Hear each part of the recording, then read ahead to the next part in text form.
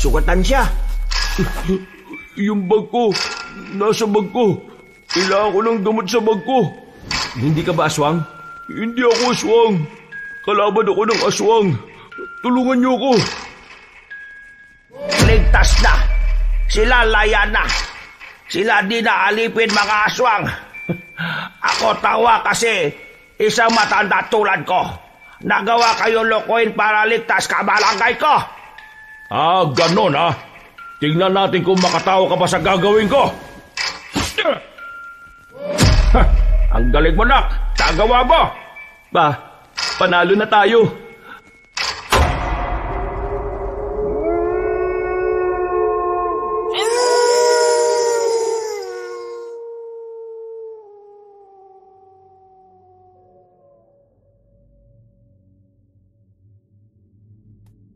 Isang mapagpalang araw po sa inyo, kabanong, pati na rin sa lahat ng mga kaabangers at lahat ng mga kayanggaw.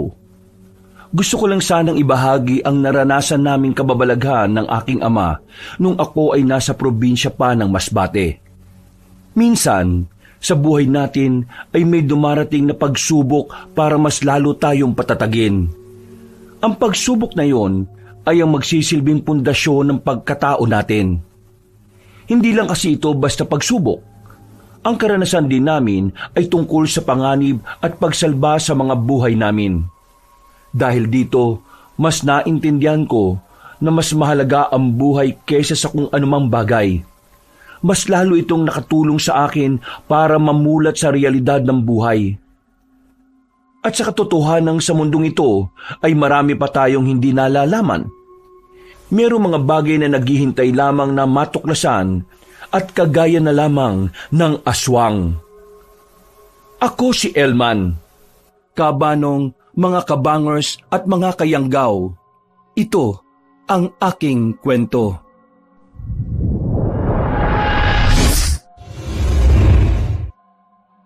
Bago nga pala magsimula ang ating kwento, sana'y mapindot nyo muna ang subscribe button at ang notification bell para lagi kayong nanonotify pag may bago tayong mga kwento.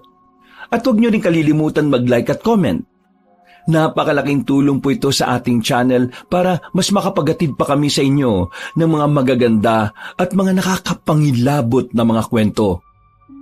At ngayon, sa ating pagpapatuloy. Ila, ano ba 'to mga tanim din niya? Gumagapang na papunta sa bakuran ko, oh. Nakakairita na. Ay daka, asensya ka na. Puputulin ko naman sana yung kahapon, kaso naging abala kami ng anak ko sa paglalako ng... Ay nako, putulin mo na. Kasi naglilinis ako ng bakuran ko. Naiirita ako dyan. Nakakainis. Yung mga tanim nyo, palagi na lang lumalabas sa bakuran ninyo. Anong gusto mong gawin ko, Fatima? Nilalagyan ko naman ng baging kaso gumagapang pa rin sila eh. Gusto mo bang pagalitan ko yung mga halaman na yan para hindi na sila gumapang? Aba, pilosopo ka pang tao ka. Akala mo nakakatuwa ka? Ikaw kasi, palagi mong pinag-iinitan ng mga tanim ko. Wala namang ginagawang masama yung mga tanim ko sa'yo.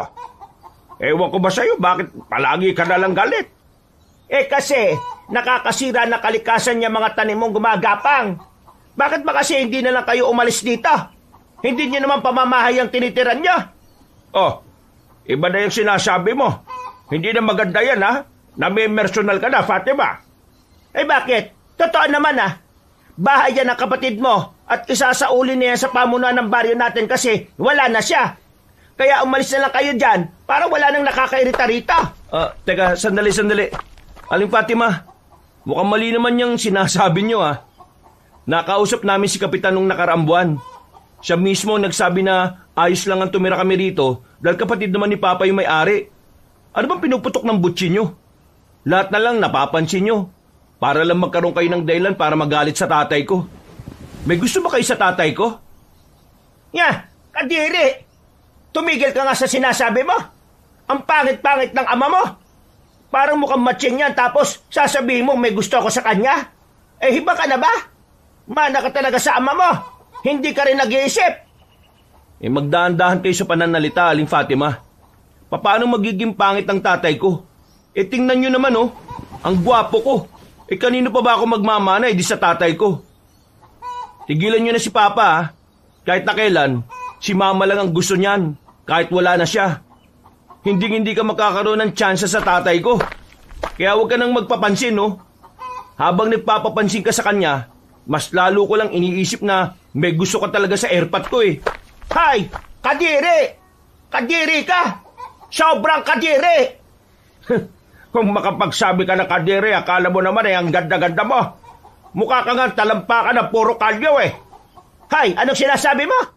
Totoo naman, Mukha kang kalyo na may konting tao. Kaya wala kang karapatan na manglait ng iba, ha? Hindi ka maganda. Aba, pagbabayaran mo tong sinasabi mo sa akin. Gagawa ko ng paraan para tuluyan na kayong mapalaya sa balyong ito. Hindi kayo nararapat dito, mga sampid! Galit na galit si Aling Fatima nang umalis siya ng bakuran namin. Napapailing na lamang ako nung mga sandaling yun, Kabanong. Hindi ko na rin kasi talaga kinakaya ang ugali ni Aling Fatima. Halos araw-araw na lang kasi siyang nagbubunga nga sa amin. Kahit wala namang magandang dahilan, palagi niyang inaaway ang tatay ko. Gulong-gulo na ako sa kanya, pero hindi ko na lang masyadong pinapatulan. Sinasabi lang palagi sa akin ng tatay ko na hayaan at intindihin na lang. Pero nung hapon na yon ay hindi na talaga ako nakatiis. Pa, sabihin mo nga sa akin, ano ba talagang problema na matandang yun sa'yo? Mula nung dumating tayo dito nung nakaraang taon, palaging mainit ang ulo nun sa'yo. May ginawa ka ba sa taong yon na hindi mo sinasabi sa akin? Sige na nga, sasabihin ko na sa'yo. Nung nabubuhay pa kasi ang tiyuhin mo, na-award sa kanya itong bahay. Itong si Fatima at yung asawa niyang nasa ibang bansa, balak sana nilang kunin itong lupa na ito para gawin nilang tindahan. Ang kaso ay tiyo mo nga na-award. Kaya ayun, mula noon, galit na sila sa tiyuhin mo. Nung mawala ang tiyuhin mo, akala nila ay makukuha na nila tong lupa at bahay. Pero bigla tayong pumasok sa eksede. Kaya ayan, galit na galit. Yung asawa nga niya nakausap ko sa telepono, minura pa ako di minura ko din, nagburahan kami. Grabe kaswapang naman pala tong si Aling Fatima. Bakit kaya yung mga ganyang tao, di na lang maging pataba sa lupa? Huwag ka na ba magsalita ng ganyan, anak? Baka mamaya may makarinig sa'yo at may masamang mangyari sa matandang yun, ikaw pa ang pagbintangan. Hayaan mo siya. Basta tayo, kakampi natin si Kapitan. Hindi tayo paalisin dito dahil alam niya naman kung anong nagawa ng tiyo mo sa baryong ito. At higit sa lahat, wala naman tayong ginagawang masama. Kung sa bagay, kagaya nga ng lagi niyong paalala sa akin, hanggat wala ka namang ginagawang masama, wala kang dapat ikabahala o ikatakot. Mabuti naman at hindi mo nakakalimutan yung paalala ko sa'yo. Kaya, idol kita Kayo ang idol ko, Tay. Sa'yo ako nagmana Pero anak, dapat magpamilya ka na. Bakit napunta na naman sa ganyang usapan natin pa? Hindi habang buhay kasama mo ko. Kaya dapat magkaroon ka na rin ng pamilya. Para kapag nawala ako, may makakasama ka sa buhay. Malungkot ang buhay mag-isa. Magpapamilya ako kapag ayos na ang buhay natin. Papayaman muna ako. Tapos, ipaparanas ko muna sa iyo lahat ng mga dapat mong maranasan. Kagaya ng ano? Kagaya ng maligo sa baryang 1,000,000. Sira ulo ka talaga. Alam mo, mabuti pa. Tulungan mo na lang akong magsalansa ng mga kalamansi. Alisin ng mga nabubulok para walang makasama sa ilalako natin bukas. Sige po. Ako nang bahala doon pa. Ikaw magpahinga na muna. Tinapik ako sa balikat ni Papa at saka pumasok na rin siya sa loob. Ako naman dumiretso na muna sa likod bahay. Meron kaming isa pang maliit na bahay roon kung saan doon naman iniimbak ang mga gulay namin. Pagpasok ko sa loob, nakarinig ako ng sumisitsit sa labas ng bakuran. Napakamot na lang ako sa ulo nang makita ko ang pagmumukha ng kababata ko.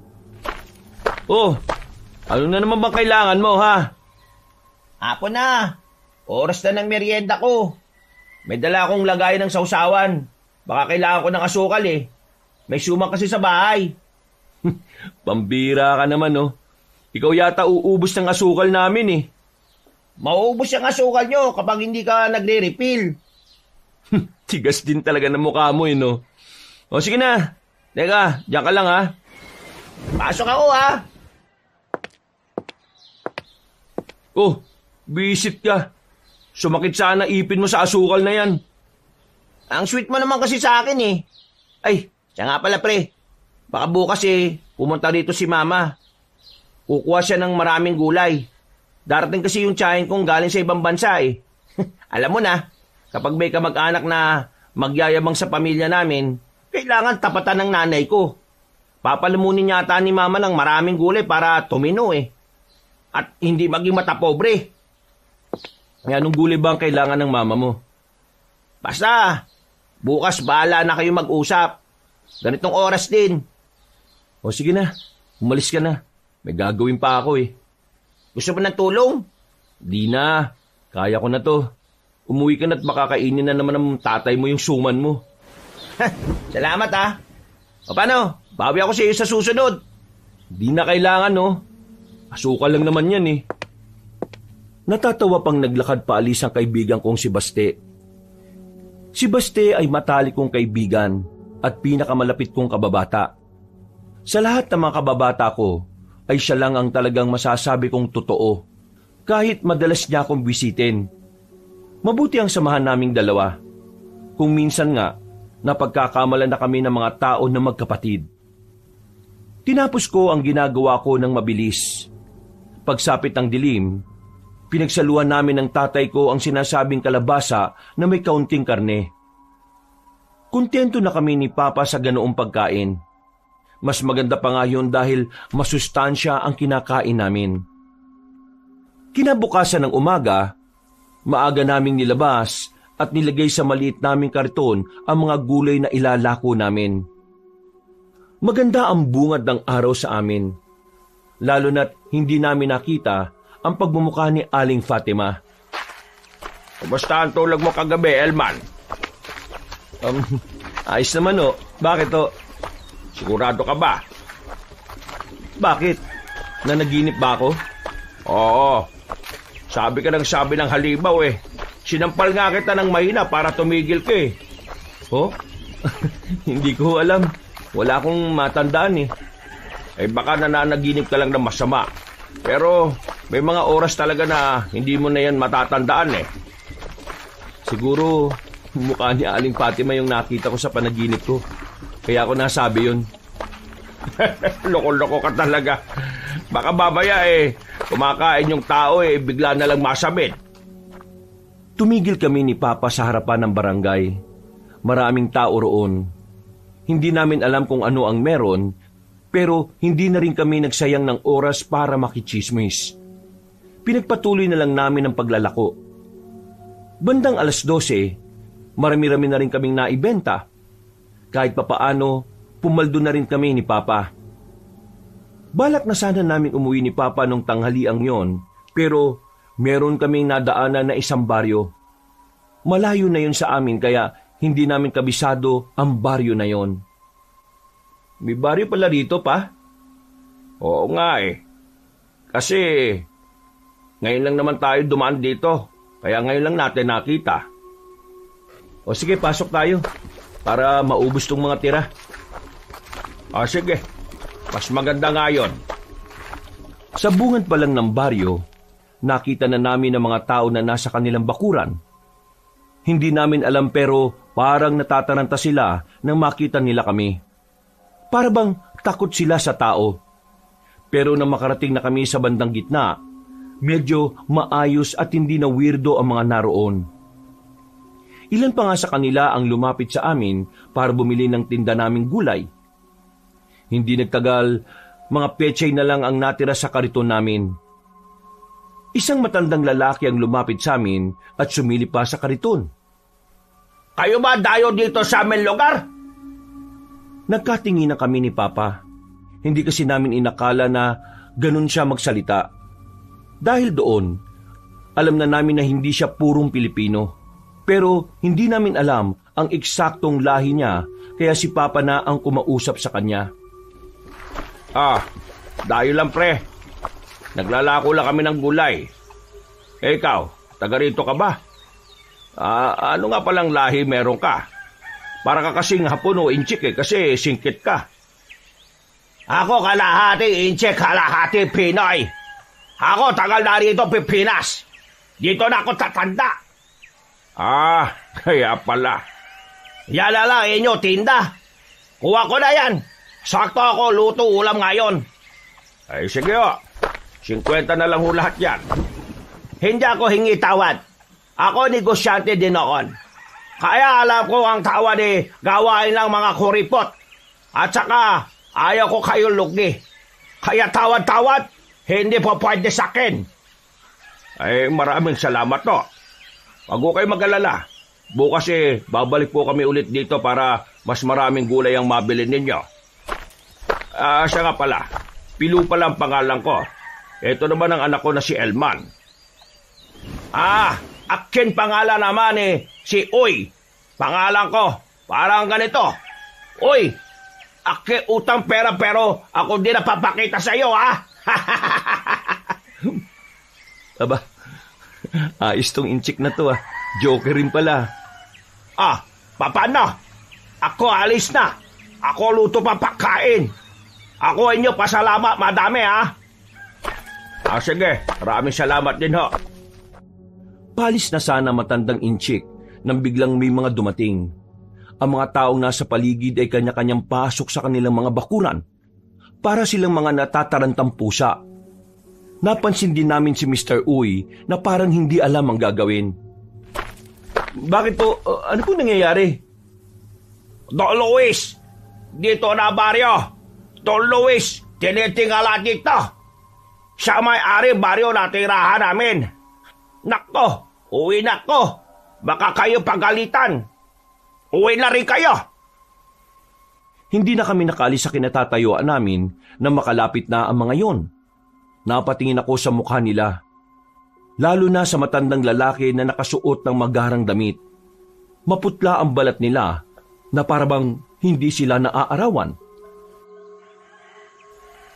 Don Luis, sila tindalang gulay. Di sila tagal nito.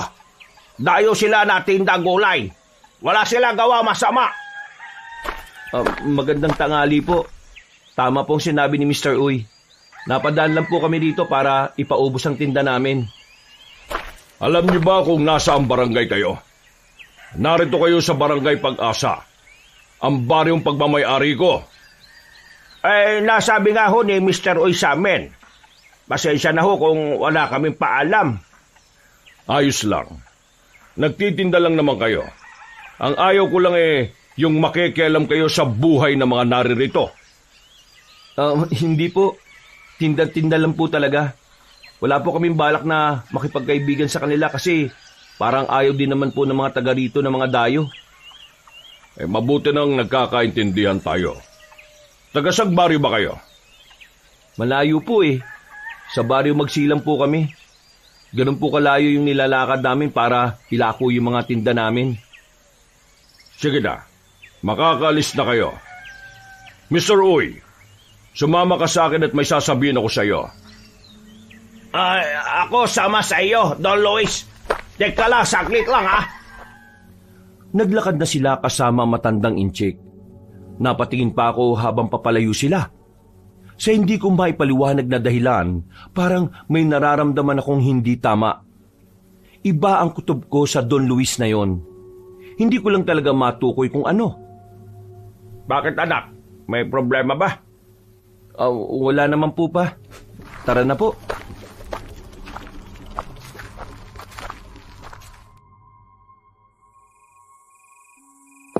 Nak! Who's there? Anong who's there ang pinagsasasabi mo? Tinatawag kita. Akala ko kasi may knock-knock kayo ano po ba yun? Bakit parang nakakita kayo ng multo sa labas? Saan ba kayo galing? Napadaan ako sa barangay natin. At alam mo ba kung anong nalaman ko? Hindi pa ho. Kaya nga sasabihin ko sa iyo Kanina palang umaga, Kaya ang daming tao sa barangay. Meron palang nakidnap na bata na taga rito sa atin. Bago lang sila rito. Kaya hindi natin kilala yung pamilya ng bata. Basta ang sabi ng umiiyak na nanay, 2 anak niya naglalaro sa ilog kagabi. Tapos yung isa raw, dinakma daw ng kung sino. Naku, kawawa naman yung batang yun. Wala bang ginawa yung barangay natin? Ito na nga ang pinagtatalunan ng barangay. Hindi nila alam kung gagawa sila ng aksyon. Kasi ang sabi ng batang nakaligtas, halimaw daw yung dumukot dun sa kapatid niya. Ang problema, ayaw maniwala nila kapitan sa bata. Ayaw nilang maniwala na halimaw yung kumuha? Oo, kaya sabi nila, ipapaubaya nila sa pulis ang paghahanap sa bata. Sabi naman ng nanay, dapat daw tumulong ang barangay. Dahil hindi naman pala tao ang kumuha sa anak niya. Kasi kung magpepetiks-petiks lang ang barangay, baka mamaya raw pinatay na ng halimaw yung anak niya. Medyo weirdo. Ngayon lang tayo nakarinig ng ganyang kwento Yun na nga. Kaya hindi mo rin talaga masisisi sila, kapitan, kung hindi sila maniniwala kagad. Lalo na, bata lang din yung nagsabi sa kanila. Alam mo naman ang imahinasyon ng mga bata, hindi ba? Pero sana, bigyan nila ng konsiderasyon. Kasi kung ano man ang kumuha, nasa panganib pa rin yung buhay ng bata. Alam ko, kung kidnapping lang ang nangyari, wala rin namang magagawa ang barangay natin Kapulisan talaga dapat ang umasikaso niyan. Bumuntong hininga na lang ang tatay ko, Kabanong. Kahit wala naman siyang ugnayan sa batang nawawala, kita ko ang stress at pag-aalala niya. Ganun kasi talaga ang ugali ni Papa. Maalalahanin siyang tao, kahit pa nga sa mga hindi naman niya kaano-ano. Nung gabing yon, hindi na nawala sa isipan ko ang balitang hatid sa akin ni Papa. Paulit-ulit kong iniisip yon hanggang sa pagtulog. Kinaumagahan, yun din ang naging usapan namin ni Baste. Kahit siya, napapaisip din kung totoo ba talaga na may halimaw sa baryo namin. At yun ang kumukuha sa bata. Kumalat na rin sa lugar namin ang usapan na yun. May mga naniniwala, pero mas marami pa rin ang hindi kumbinsido. Lalo na sa kwento ng ina ng bata. Ayaw nila magtiwala sa ideyang meron ngang kakaibang nilalang na gumagala sa aming lugar. Makalipas pa ang ilang araw, nanatiling maingay ang usapin ng pagkawala ng bata. Pero wala namang nagbago sa pamumuhay ng lahat. Kahit na ang pinaniniwalaan ay halimaw ang kumuha sa bata, binaliwala na rin nila ang isyu kalaunan. Para saan na naman ang ginagawa mo? Wala ka na namang magawa sa buhay no? Para sa lalagyan ng mga luya. Bulok na kasi yung dati kong ginawa Kaya kailangan ng bago. Bakit ka ba nandito? May kailangan ka na naman, no? Wala naman. Wala lang ako makausap sa bahay. Nag-away na naman si Ermat at saka si Airpods Bakit kasi hindi ka nalang umalis sa inyo Kung kaya mo namang magtrabaho para sa sarili mo. Akala mo ba ganun lang kadaling bumukod? Oo. Kaya ko namang mabuhay ng mag-isa. Pero ang inaalala ko lang naman yung nanay ko. Baka mamaya maltratuhin siya ng siraulo kong ama. Hindi na ba talaga magbabago yung tatay mo na yan? Wala nang pag-asa magbago yun. Ihintayin na lang namin kung kailan siya magkasakit at mamatay. Buang. Masamang humiling ng ganyan sa ibang tao, no? Kung para sa ikabubuti naman ng lahat, maintindihan naman siguro ako ng Diyos, di ba? Hindi porket maiintindihan ka, gagawin mo na. May mga bagay sa mundo na ito na hindi dapat ginagawang normal ang panalangin sa kapahamakan ng iba. Ewan ko. Magkaiba kasi tayo ng kinalakihan kaya iba rin ang pananaw mo Hindi mo ko maintindihan. Sabay-sabay kaming napalingon sa kabilang bakuran nang marinig namin ang tinig ni Aling Fatima. Sa puntong ito, hindi siya pagalit magsalita.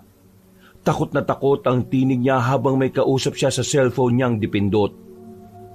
Nako Berto, huwag ka na munang uuwi rito. Diyan ka na muna. Maraming nangyayari kababalagan dito. Nitong nakaraan nga may batang nawawala. Ang sabi ng kapatid, kinuha raw ng halimaw. Tapos ngayong hapon may natagpuan na namang mga kagabitan ng 2 magsasaka. Ang sabi ng pamilya, ilang araw na ring nawawala ang dalawang yon. Tingin ko talaga totoong sinasabi ng batang nakaligtas May halimaw na nangunguha ng tao sa lugar na ito. Nagkatinginan lang kami ni Baste. Ganon kabilis na pukaw ang atensyon namin. Naiba kagad ang atensyon naming dalawa.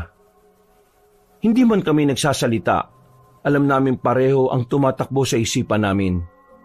Itinigil ko na muna ang ginagawa ko at nagtungo kami sa barangay. Nakita namin doon na may mga taong nakikipag-usap kay Kapitan. Umiiyak sila, meron pang nahihirapan na huminga sa kakaiyak. Tingnan mo, totoo nga kayang halimaw ang kumuha sa mga nawawalang tao? Hindi natin malalaman kung hindi mangyayari sa atin. Uy, baliw ka ba? Anong gusto mo? Magpakuha tayo kung sino man yon? Joke lang.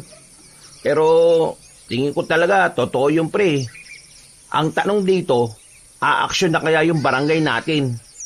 Yung mga pinagsabihan pulis nung nakaraan, wala namang ginawa rin para mahanap yung bata Nag-iimbestiga raw, pero wala namang balita kung ano nang nangyayari sa investigasyon. Kung ano o sino man yung gumawa na yon, mag-iingat ka na lang pre, pati na rin ang pamilya mo. Mas maganda nang naghahanda tayo. Kayo rin pre, hanggat maaari, huwag mong iiwan tatay mo o huwag mong hayaang maglakad mag-isa sa daan. Pumasok kagad sa utak ko ang tatay ko. Hanggang sa mga oras kasi na yon, hindi pa rin nakakabalik si Papa mula sa paniningil ng mga may utang sa kanya. Kaya naman, agad akong nagpaalam kay Baste. Umuwi ako ng bahay at sakto namang kauuwi lang din pala ni Papa. Nakahinga na ako ng maayos. Mukha namang walang nangyaring masama sa kanya, kaya napawi na rin ang pangamba ko. Kinabukasan, maaga na naman kaming umalis ng tatay ko. Mga bagong pitas pa mula sa taniman namin ang mga ilalako namin. Bago pa kami nakarating ng Barangay Pag-asa, kakaunti na lang ang natitirang gulay sa kariton namin. Nasundan na naman yung mga nawawala sa lugar natin Pero hindi pa rin nalalaman kung sino yung salarin.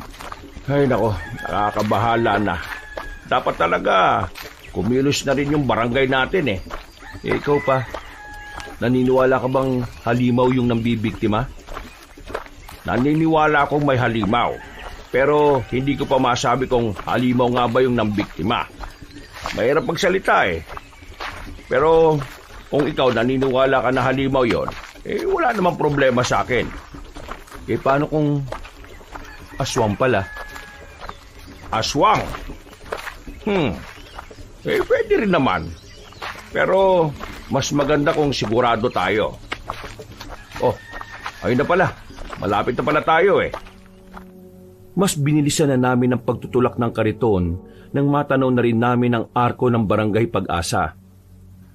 Pagpasok namin sa barangay na yon, hinanap agad namin si Mr. Uy. Siya kasi ang prioridad namin bentahan dahil mahilig siyang maggulay. Habang nagtutula kami ng kariton, nagtataka kami kung bakit puro kabataan lang ang nakikita namin sa mga bakuran. At karamihan pa sa kanila ay naglalaba, nagsasaing, nagsisibak, at ang iba pa ay nagbubuhat ng mabibigat. Sobrang abala nila sa murang edad. Parang wala yung mga matatanda ngayon Ano bang meron? Kaya nga Si Mr. Uy kaya makikita natin dito. Sayang naman kasi itong dala natin. Para pa naman to sa kanya. Libutin na lang muna natin tong barangay na to. Baka naman nandyan lang siya sa tabi-tabi. Kabanong, hindi ko alam kung bakit nakakaramdam ako ng pagkailang habang nagtutala kami ng kariton. Yung mga tingin kasi sa amin ng mga bata ay parang may gusto silang sabihin. Baka sa mukha nila yung pangamba at takot na hindi namin maintindihan kung saan nagmumula. Hindi na lang namin pinansin ng mga bata. Pinagpatuloy namin ng tatay ko ang pagtutulak hanggang sa meron pang isang bata na sumalubong sa amin. Isang batang payat, marumi ang pananamit. Wala pa siyang tsinelas. Kuya, tulungan niyo po kami. Bakit? Anong problema? Kasi po yung mama at papa ko po, Nasa minahan po sila. Ginagawa. Pambihira! Ikaw bata, punta sa inyo ha! Ikaw bakit labas? Pag ikaw kita ni Don Luis, ikaw malalagot. Uwi! Uwi sa inyo! Bilis, uwi! Napapailing na lang ang batang lalaki at saka tumakbo na rin paalis. Bumuntong hininga na lamang ang matandang inchik. Lumapit siya sa amin at sumilip sa mga natitira naming tinda. Napangiti. Masaya siyang makita kami ulit. Talaga kayo balik dito para tindang gulay, ha? Kagaya nga ng pinangako ko, babalik kami rito. Kaya nga lang kakaunti na lang ulit. Nabawasan kasi ng nabawasan bago kami makarating dito, Wala problema sa akin. Bibiling ko lahat tira na yan. Mr. Uy, napansin ko lang, no? Bakit parang puro bata ang naririto ngayon? Nasaan yung mga magulang nila? Bakit sila yung mga kumikilos? May naglalaba, may nagsasaing, tapos may nagsisibak. At ang iba pa kung ano-ano ginagawa. Wag sila pansin. Hayaan nyo sila. Mas maganda, kayo tinda na lang. Sige, kuha ko na lahat yan. Hindi na ako nagsalita ng sandaling yon, Kaabanong. Habang si Papa at si Mr. Uy ay parang magkaibigan lang kung mag-usap. Sinuyot ko ulit ng tingin ng buong paligid. Nakita ko ulit ang mga batang naroroon. Nakatingin din sila sa akin. Hindi ko alam kung bakit para talaga silang nababahala. Lalong-lalo na yung batang lumapit sa amin. Noong mga sandaling yon, may masama na akong kutob. Malakas ang inala ko na meron talagang ibang nangyayari sa lugar na yon. At sa tingin ko, Kaabanong, may nalalaman doon ang matandang inchik. Paglabas namin ng barangay na yon, tinanaw ko ulit ang mga bata. Nakatingin pa rin sila sa amin na parabang gusto nila kaming bumalik. Huwag ka mag-alala, anak. Kung anong iniisip mo, iniisip ko rin. Anong ibig mong sabihin, Pa? Nagtataka rin ako kung nasaan ang mga magulang nila. At napapaisip din ako kung ano yung sinabi ng bata kanina. Pa, tingin ko talaga may mali sa barangay Pag-asa. Kung ano man ang meron doon, hindi na natin yun kailangang alamin pa. Tayo nagbebenta lang ng gulay. Wala tayong kinalaman sa kung ano man ang meron sa kanilang barangay. Pero Pa, paano kung may nangyayaring pang-aabuso? Anak, may mga bagay sa mundong ito na hindi na dapat natin pinakikialaman. Lalong-lalo na kung sangkot dito yung kapakanan at kaligtasan ng nakararami. Lalong-lalo natin. Paano kung may dahilan talaga kung bakit tayo napadpad sa barangay Pag-asa? Hindi ba parang Elman? Tama na. Ayoko magkaroon pa ng problema ang buhay natin. Hayaan natin silang umayos kung ano man yung problema nila. Bumuntong hininga na lang ako, Kaabanong. Pero sa loob-loob ko, hindi ako sang-ayon sa sinabi niya. Pakiramdam ko kasi noon, Kaabanong, may tamang dahilan kung bakit namin nakita ang mga yon. Pakiramdam ko, may kailangan akong malaman at may kailangan akong gawin. Yung mata ng mga batang naroon, parang pilit akong hinihikayat na magkaroon ng pakialam. Nararamdaman ko ang lungkot at takot sa kung papaano nila ako tingnan. Nakauwi kami ng bahay namin nang wala akong ibang iniisip kundi yun lang. Magulo ang utak ko, pero pinipilit ko na lang na burahin yon sa isipan ko. Sigurado ka ba sa gagawin mo, pre? Baka mamaya dyan kayo magkagalit ng tatay mo. Pre, yun lang yung naisip ko na paraan para matahimik tong kalooban ko.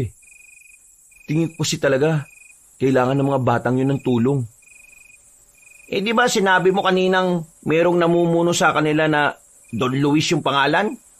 Paano kung makabangga mo yun sa ginagawa mong yan? Paano kung mapahamak yung mga bata tapos wala akong ginawa? Pre, baka patayin ako ng konsyensya ko. Ang hirap na may kaya kang gawin pero wala kang ginawa. Tapos bigla silang napahamak. Paano kung wala naman talagang nangyayaring masama doon at masyado ka lang talaga nag-iisip? Basta. Bukas, Total, wala naman kaming tinda ni Papa. Pupunta ako mag-isa doon. Mag-iimbestiga ako. Kapag may nalaman akong hindi tama, isusumbong ko kagad sa kinauukulan. Gusto mo ba ng kasama? Bigyan mo lang ako ng pera, sasama ako. Wag na. Madadamay ka pa eh. Hindi, seryoso. Delikado yan, pre. Oo, alam ko naman yun eh. Kaya nga, wag kang sumama. Huwag ka kasing tumuloy. Bayan? Hindi nga pwede. Buo na desisyon ko. Tingin ko, Diyos mismo ang nagsasabi sa akin na tumuloy ako. Kaya, hindi na ako aatras. Pambira naman to. Ginamit mo pa talaga ang Diyos sa katigasan ng ulo mo, ah. Pagkatapos ng pag-uusap namin na yon, ay pumasok na rin ako sa bahay at nagpahinga. Masarap ang tulog ng tatay ko. Habang ako naman, hindi pa rin tumatahimik ang mga tumatakbo sa utak ko. Kapag naaalala ko ang mukha ng mga bata, lalo na ng batang lumapit sa amin, mas lalo kong nag-alala para sa kanila. Sabi nila, habang tumataas ang interes mong malaman ang isang misteryong bagay, mas tumataas din daw ang tsansa na may dala itong kapahamakan. Pero sa kaso ko, hindi ko yun naiisip. Parang malakas ang loob ko sa kung anuman ang magiging resulta ng binabala kong gawin. Kinaumagahan, hindi kami naglako ni Papa. Kailangan pa kasi naming maghintay ng ilang araw para pwede nang anihin ang iba pa naming tanim sa likod bahay. Kakagising ko lang noon nang marinig ko ang boses ni Aling Fatima. Kasagutan na naman niya si Papa kaya naisipan kong lumabas na rin. Kaya siguro nawawala yung mga galon ko rito sa bakuran ko eh. Kasi kinukuha mo para paglagyan ng mga tanim mo, no? Ay, wag mo kong pinagbibintangan, Fatima, ha? Wala akong kinukuha sa'yo at mas lalong hindi ako magnanakaw. Paano hindi kita mapagbibintangan? Nung nakaraang buwan nga nakita ko dyan yung walis ting-ting ko. Aba, malay ko ba na sa'yo yun nakasandal sa bakuran ko. Kaya kinuha ko. Kung matino ba naman kasi yung utak mo bakit mo iiwanan sa bakuran ng iba? Yung ting-ting na yon tapos magtataka ka kapag ginalaw ng may-ari ng bakuran. Ang sabihin mo, ugali mo na talagang manguha ng mga bagay na... Tumigil ka! Kahit na hindi kami mayaman hindi ko kailanman naisipang magnakaw. Baka ikaw ang magnanakaw. Matagal mo nang gustong angkinin ng lupa't bahay na tinitirhan namin Samantalang sa kapatid ko ito nakaawad. Ikaw ang sakim. Hindi naman talaga sa inyo yung lupang yan Noon pa man, sa amin na yan dapat. Pero umiksena lang yung kapatid mo. Mawalang galang na po Pero, kailan niyo ba matatanggap na kahit na kailan, hindi na mapapasa inyo itong bahay at lupa ng tiyuhin ko? Hindi porke may pera kayo mabibili nyo na kagad ito. Hindi pa kayo nakontento? Ang lawak-lawak na ng bakuran nyo. Sinakop nyo na nga yung kabilang bakuran porke walang nakatira Hay, huwag kang makikisali rito Elman ha. Wala kang alam sa usapang matanda. Anong walang alam? Anong tingin nyo sa akin, bata? Hindi ako tanga para hindi maintindihan ng pang-aabusong ginagawa nyo sa amin Matagal na akong nananahimik sa mga ginagawa mo Akala mo ba, hindi ko alam na nagpetisyon ka sa barangay at nagpapirma ka sa mga tao para mapalayas kami? Ang kaso, walang pumirma kahit na isa. Kasi alam nilang masama ang ugali mong matanda ka Ha? Kaya pala ganyan ka magsalita? Walang modo? Walang galang? Walang respeto? Manang-mana ka sa ama mo? Hindi na ako magtataka kung bakit walang babaeng napatol sa'yo. Kasi bukod sa wala kang pera, wala ka rin magandang ugali. Wala naman akong pakialam kung may papatol sa akin o wala Pero ang mas matindi, yung kalagayan mo, yung sitwasyon mo. Dahil iniwan ka ng mga anak mo kasi masama kang magulang, mukhang pera at walang pakialam sa nararamdaman ng mga anak. Kaya dapat lang sa'yo mag-isa ka dyan. At siya nga pala, hindi porke mas matanda ka sa akin gagalang na kita. Ang respeto, hindi yan binibigay base sa edad Binibigay yan sa mga taong kaya rin magbigay ng respeto. Kaya, ito nang huling pakikipagtalo ko sa inyo. Tigilan nyo na kami. Kakaunting panahon na nga lang ang pananatili nyo rito sa lupa nilalaan nyo pa sa kasamaan. Hindi na nakapagsalita si Aling Fatima Kabanong. Nang gagalaiti siya. Kulang na lang ay atakihin siya sa puso sa sobrang sama ng loob. Pumasok siya sa loob ng bahay nila at malakas na sinarado ang pinto. Yung iba naman naming kalapitbahay, natatawa na lang din sa nangyari. Alam kasi nila kung gaano kasama ang ugali na matandang yon. Nak, salamat ah. Palagi kang dumarating para ipagtanggol ang tatay mo. Pa, tayo lang ang magkakampi sa buhay. Kaya ang kaaway mo, kaaway ko rin. Hindi ko hahayaan na inaabuso kayo ng ibang tao dyan. Wala akong pakialam kung sino pang makabangga ko. Ewan ko ba kasi sa matandang yan. Paulit-ulit na lang ang pinagtatalunan namin. Parang hindi siya napapagod eh. Siguro sa susunod, isumbong na natin kay Kapitan. Hindi na kasi nakakatuwa yung palagi siyang nag-uumpisa ng pagtatalo eh.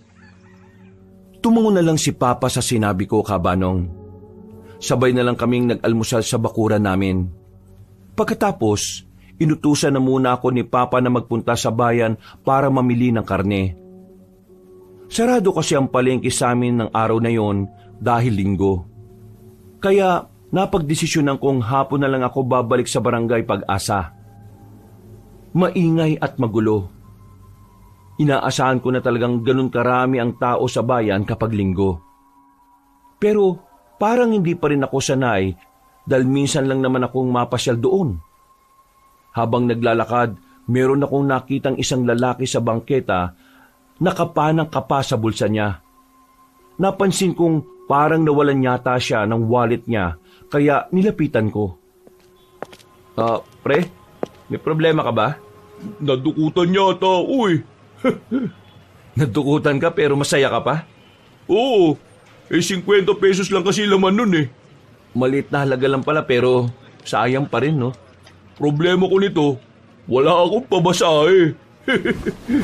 Magkano ba pamasahe mo? Teka, tutulungan mo ba ako?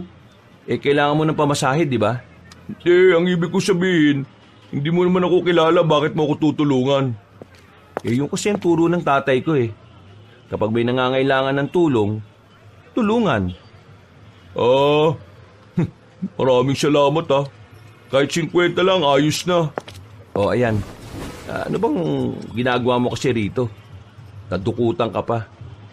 Marami kasi talagang mandurukot dito kapag araw ng linggo eh. May kausap kasi akong kamag-anak. Nagkita kami sa isang kainan. Pauwi na sana ako eh. Kaso pagkapako ngayon, ayun, wala na yung pitaka ko. Hindi ko maalala kung sinong dumikit sa akin eh. Ay, siya nga pala. Elman. Elman ang pangalan ko. Wow, angas ng pangalan. Tunog mabait ah. Makoy naman ang pangalan ko. Pangalan mo parang sobrang daming ginagawang kalokohan ah. Uy, pareho kayo ng sinabi ng kaibigan kong nilumpo ko eh. Hindi, joke lang. Hindi ko alam kung bakit magaan ang pakiramdam ko sa lalaking yon. Naisip ko nga na baka sadyang madali lang ako magtiwala o baka dahil pala kaibigan lang din talaga ako. Tiningnan ko siya ng maigi. Hindi naman siya mukhang masama. Hindi naman siya mukhang manluloko. Pre, salamat ah. Taga saan ka ba? Taga Baryo Magsilang ako. Taga doon ka pala? O bakit? Alam mo ba yon? Hindi. Saan ba yun? Akala ko naman alam mo. Basta, malapit lang. Ikaw, taga saan ka ba? Malapit lang din dito. Isang sakay lang. Baryo Payapa. Ang payapa siguro sa inyo no? Kabaliktaran. Laging may nag-aaway na mag-asawa kasi nahuhuli yung lalaki na may ibang babae. Tapos yung kabit, pangit. Yung asawa, sobrang ganda. Iba na kasi mismong takbo ng utak ng mga kabaro natin no? Kapag matino yung asawa, ayaw. Gusto ng babaeng pangit na walang trabaho at walang ibang ginawa kundi bumukha ka. Sira ulo talaga ibang lalaki, pre. Buti na lang di tayo ganun no? Pre, nakakilala na ba tayo nun? Para kasing kung mag-usap tayo kilala natin yung isa't isa. Baka kasi iisa tayo ng vibe. Napapailing na lang ako pero natatawan na rin ako, Kabanong. Hindi ko kasi inakala na may makakausap akong tao na gaya niya. Bibihira na lang kasi yung mga taong gano'n na sobrang daling pakisamahan. Dahil sa kadaldalan niya, medyo nakalimutan ko pansamantala ang mga iniisip ko tungkol sa Barangay Pag-asa. Nang sumakay na siya sa jeep, kumuhay pa siya sa akin at tuluyang umandar papalayo. Lakas din ng amats ng isang yun Pero ayos Ang bilis ko siyang nakasundo Sana makita kami ulit. Matapos kong mabili ang mga karne, ay agad na rin ako umuwi sa amin. Naging abala kami ni Papa nung tanghaling yun. Anibersaryo kasi na kamatayan ni Mama. Dumalo kami sa sementeryo na malapit lang din naman sa amin. Pagkatapos, kumuha na lang ako ng tamang pagkakataon para makaalis. Nakakamiss ang mama mo no? Kung siguro nabubuhay pa siya ngayon, baka pinagpapapalo na ako nun ng yantok. Ayaw nun na sinusot ko itong sapatos nito kasi masikip na Kaya nga ho Pero kung nasaan man ngayon si Mama, paniguradong masaya naman na siya Kasi nakikita niyang nasa maayos na kalagayan naman tayong dalawa. Alam mo, mahal na mahal ko mama mo Kahit na anong mangyari, hindi siya mapapalitan sa puso ko. Siya lang ang nag-iisang babae sa buhay ko. Bakit parang ang defensive mo yata pa? Siguro may babae ka, no? Lagot ka kay Mama. Ay, sira ulo. Pinagsasasabi mo. Wala akong babae, no? Sinasabi ko ito kasi anniversary ng pagkamatay ng mama mo. Ikaw ba? Kailan ka ba mag-aasawa? Pa naman? Sinabi ko naman sa'yo na wala pa sa isipan ko yan. Baka kasi ayaw mo pang mag-asawa kasi dahil sa akin, Ayaw mo kong maiwan, no? Hindi naman sa ganun pa. Ayaw ko lang talaga sa ngayon. Ikaw ang bahala. Basta ang sinasabi ko lang naman sa'yo, hindi habang buhay kasama mo ko. Kaya kailangan may kasama ka ring tatanda. Tumango na lang ako sa sinabi niya kahit na ang totoo, nakakaramdam ako ng lungkot. Totoo naman kasi ang sinabi niya. Sa buhay ng tao, palaging malungkot kapag mag-isa ka lang sa buhay. At ang masakit na katotohanan na kailangan kong paghandaan noon ay ang pagkawala niya sa mundo na alam ko rin naman na hindi mapipigilan. Makalipas ang ilang oras, naging abala ang tatay ko sa pagkumpuni ng mga gamit niya. Habang ako, sinamantala ko na ang pagkakataon para makapag-imbestiga sa Barangay Pag-asa. Habang naglalakad ako, ay nakasalubong ko si Baste. Kita ko agad sa mukha niya ang inis at pagkairita. Nakasarado din ang kanyang kamao. Oh, bakit ganyan ang mukha mo? Para kang may kaaway Visit kasi yung tatay ko Anong nangyari? Gagi, nadugo ilong mo Ayos lang to. Ano nga nangyari? Sabihin mo. Nagkasagutan kami. Nagsuntukan kami. Ayun, galit na galit sa akin. Binalis ako ni Mama kasi parang mapapatay ako ng tatay ko sa sobrang galit niya Saan ka pupunta ngayon? Diyos ko ka talaga Sama ako, pre. Baliw. Sa Barangay Pag-asa ako pupunta. Wala akong pakialam kahit sa impyerno ka na pumunta. Basta sama ako. Wala akong mapupuntahan ngayon Sigurado ka ba? Ikaw na nagsabi na delikado tong pupuntahan ko Ano naman kung delikado?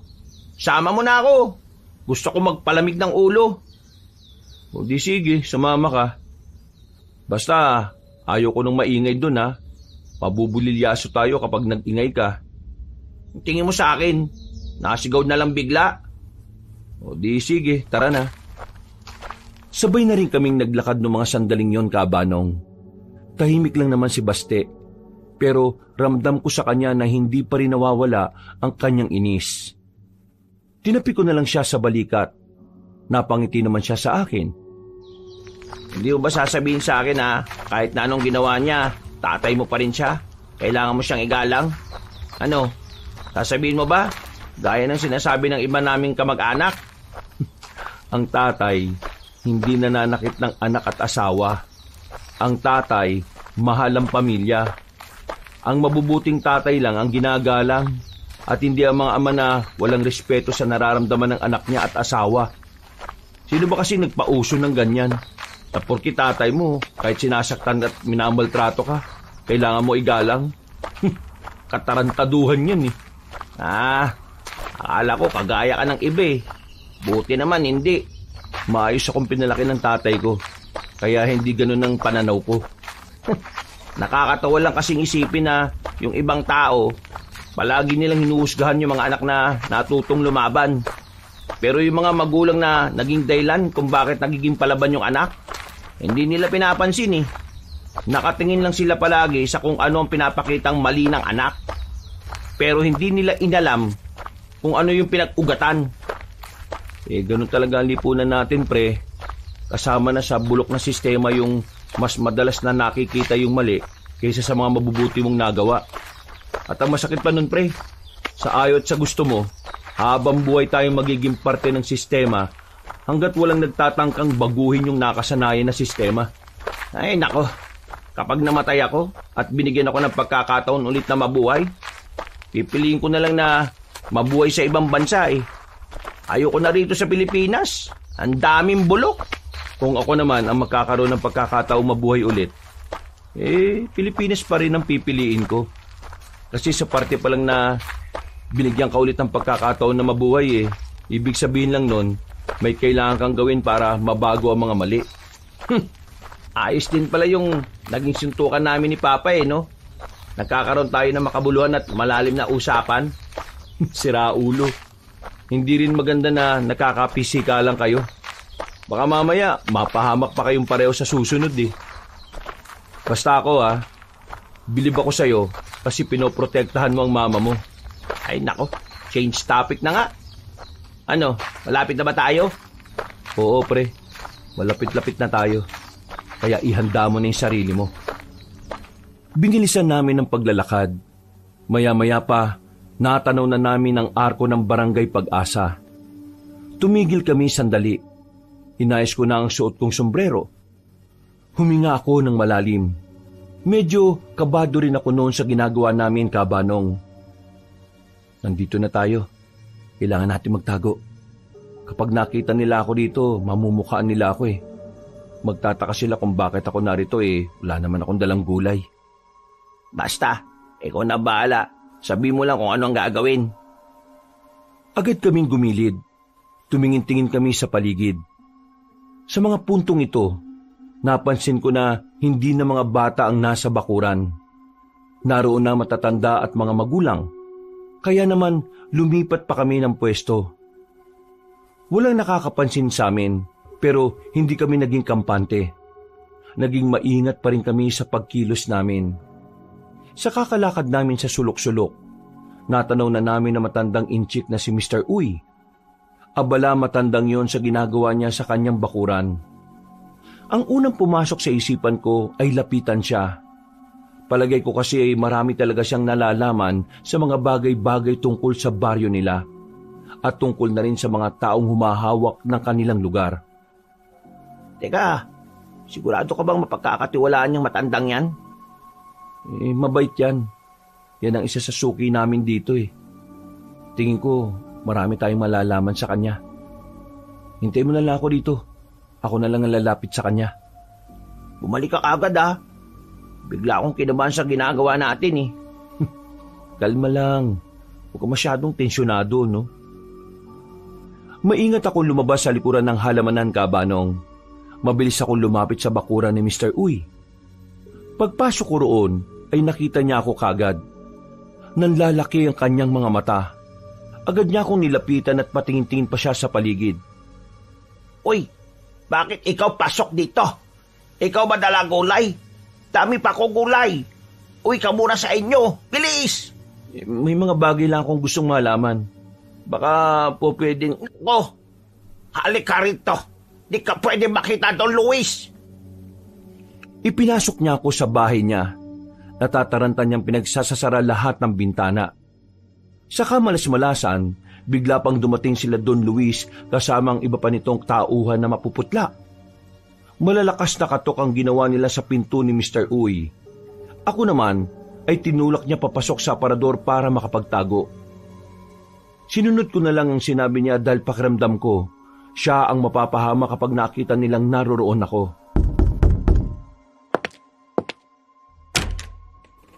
O, Don Luis, ikaw pala. Ano aking may paglalingkod? Mamayang gabi, ihanda mo na mga tao. Kailangan ko silang mapakinabangan. Tandaan mo, ayaw ko ng mga taong mareklamo. Kapag naulit pa yung nakaraan, ipapakain ko na talaga sa sigbin. Naintindihan mo ba ako? Kapibos, ako bahala mga tao. Ako na sabi sa kanila at paliwanag na mga dapat iwasan. Mabuti naman at masunuring kang tao. Kasi alam mo naman kung ano mangyayari sa iyo sa oras na sinuway mo ang mga utos ko, hindi ba? Huwag kayo alala. Ako palagi sunod inyong utos. Wala problema sa akin. Basta kayo lagi aking boss. Mas maganda nang nagkakaintindihan tayo. Ngayon, tingin ko naman mahal mo ang buhay mo kaya hindi ka susuway sa akin, hindi ba? Sige na. Gawin mo na ang pinag-uutos ko mamaya para matuwa naman ako sa iyo.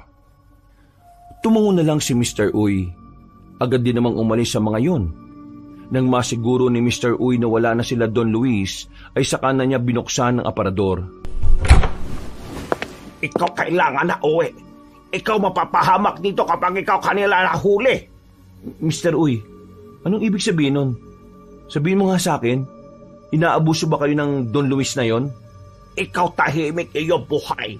Ikaw tindalang gulay. Kesa ikaw makialam sa bagay na delikado. Pakiusap. Uwi ka na kasi baka mapahamak ka sa gawa mo ngayon. Hindi matahimik ang kalooban ko eh. Nung huling punta namin dito ni tatay ko, naawa ko sa mga bata. Parang gusto nilang humingi ng tulong eh. Yung batang lumapit sa amin nung nakaraan. Sabihin mo nga, bakit mo siya pinigilang matapos yung sasabihin niya? Basta, di mo dapat malaman. Mas maganda ikaw wala alam kaysa may alam ka. Ikaw lagay buhay sa panganib. Mr. Uy, alam kong hindi ka masamang tao. Alam ko na busilak ang puso mo. Nararamdaman ko yun. Kaya sana, tulungan mo akong matulungan ng mga batang narito. O kahit kayo. Kaya sabihin mo sa akin kung ano ba talaga yung nangyayari dito. Ako natatakot. Kaya pakiusap. Wag na ikaw tanong. Uwi ka na lang. Alam kong mahal mo ang mga taga rito. Pero walang mangyayari kung magpapakain ka lang sa takot mo, Mr. Uy. Kaya makipagtulungan ka sa akin. Sabihin mo kung anong nangyayari sa baryong ito. Humupo sa gilid ng matandang inchik. Huminga siya ng malalim. Baka sa mukha niya ang pagkabahala at takot. Nilapitan ko siya at tinapik-tapik ko ng mahina ang balikat niya. Nang makahugot na ng lakas ng loob, ay nagsalita na rin siya. Kami rito, pirit labaho Don Luis sa kanyang minahan. Walang bayad, wala kahit ano, kahit 5 doling. Ibig sabihin, yung oras na nakita namin yung mga bata ang nag-aasikaso rito, yung mga magulang nila dinala nyo sa minahan para pwersahang pagtrabahuin? Kung hindi sila sunod, kung ayaw nila trabaho, sila patay Don Luis Mga alipin yung ginagawa niya, Mr. Uy.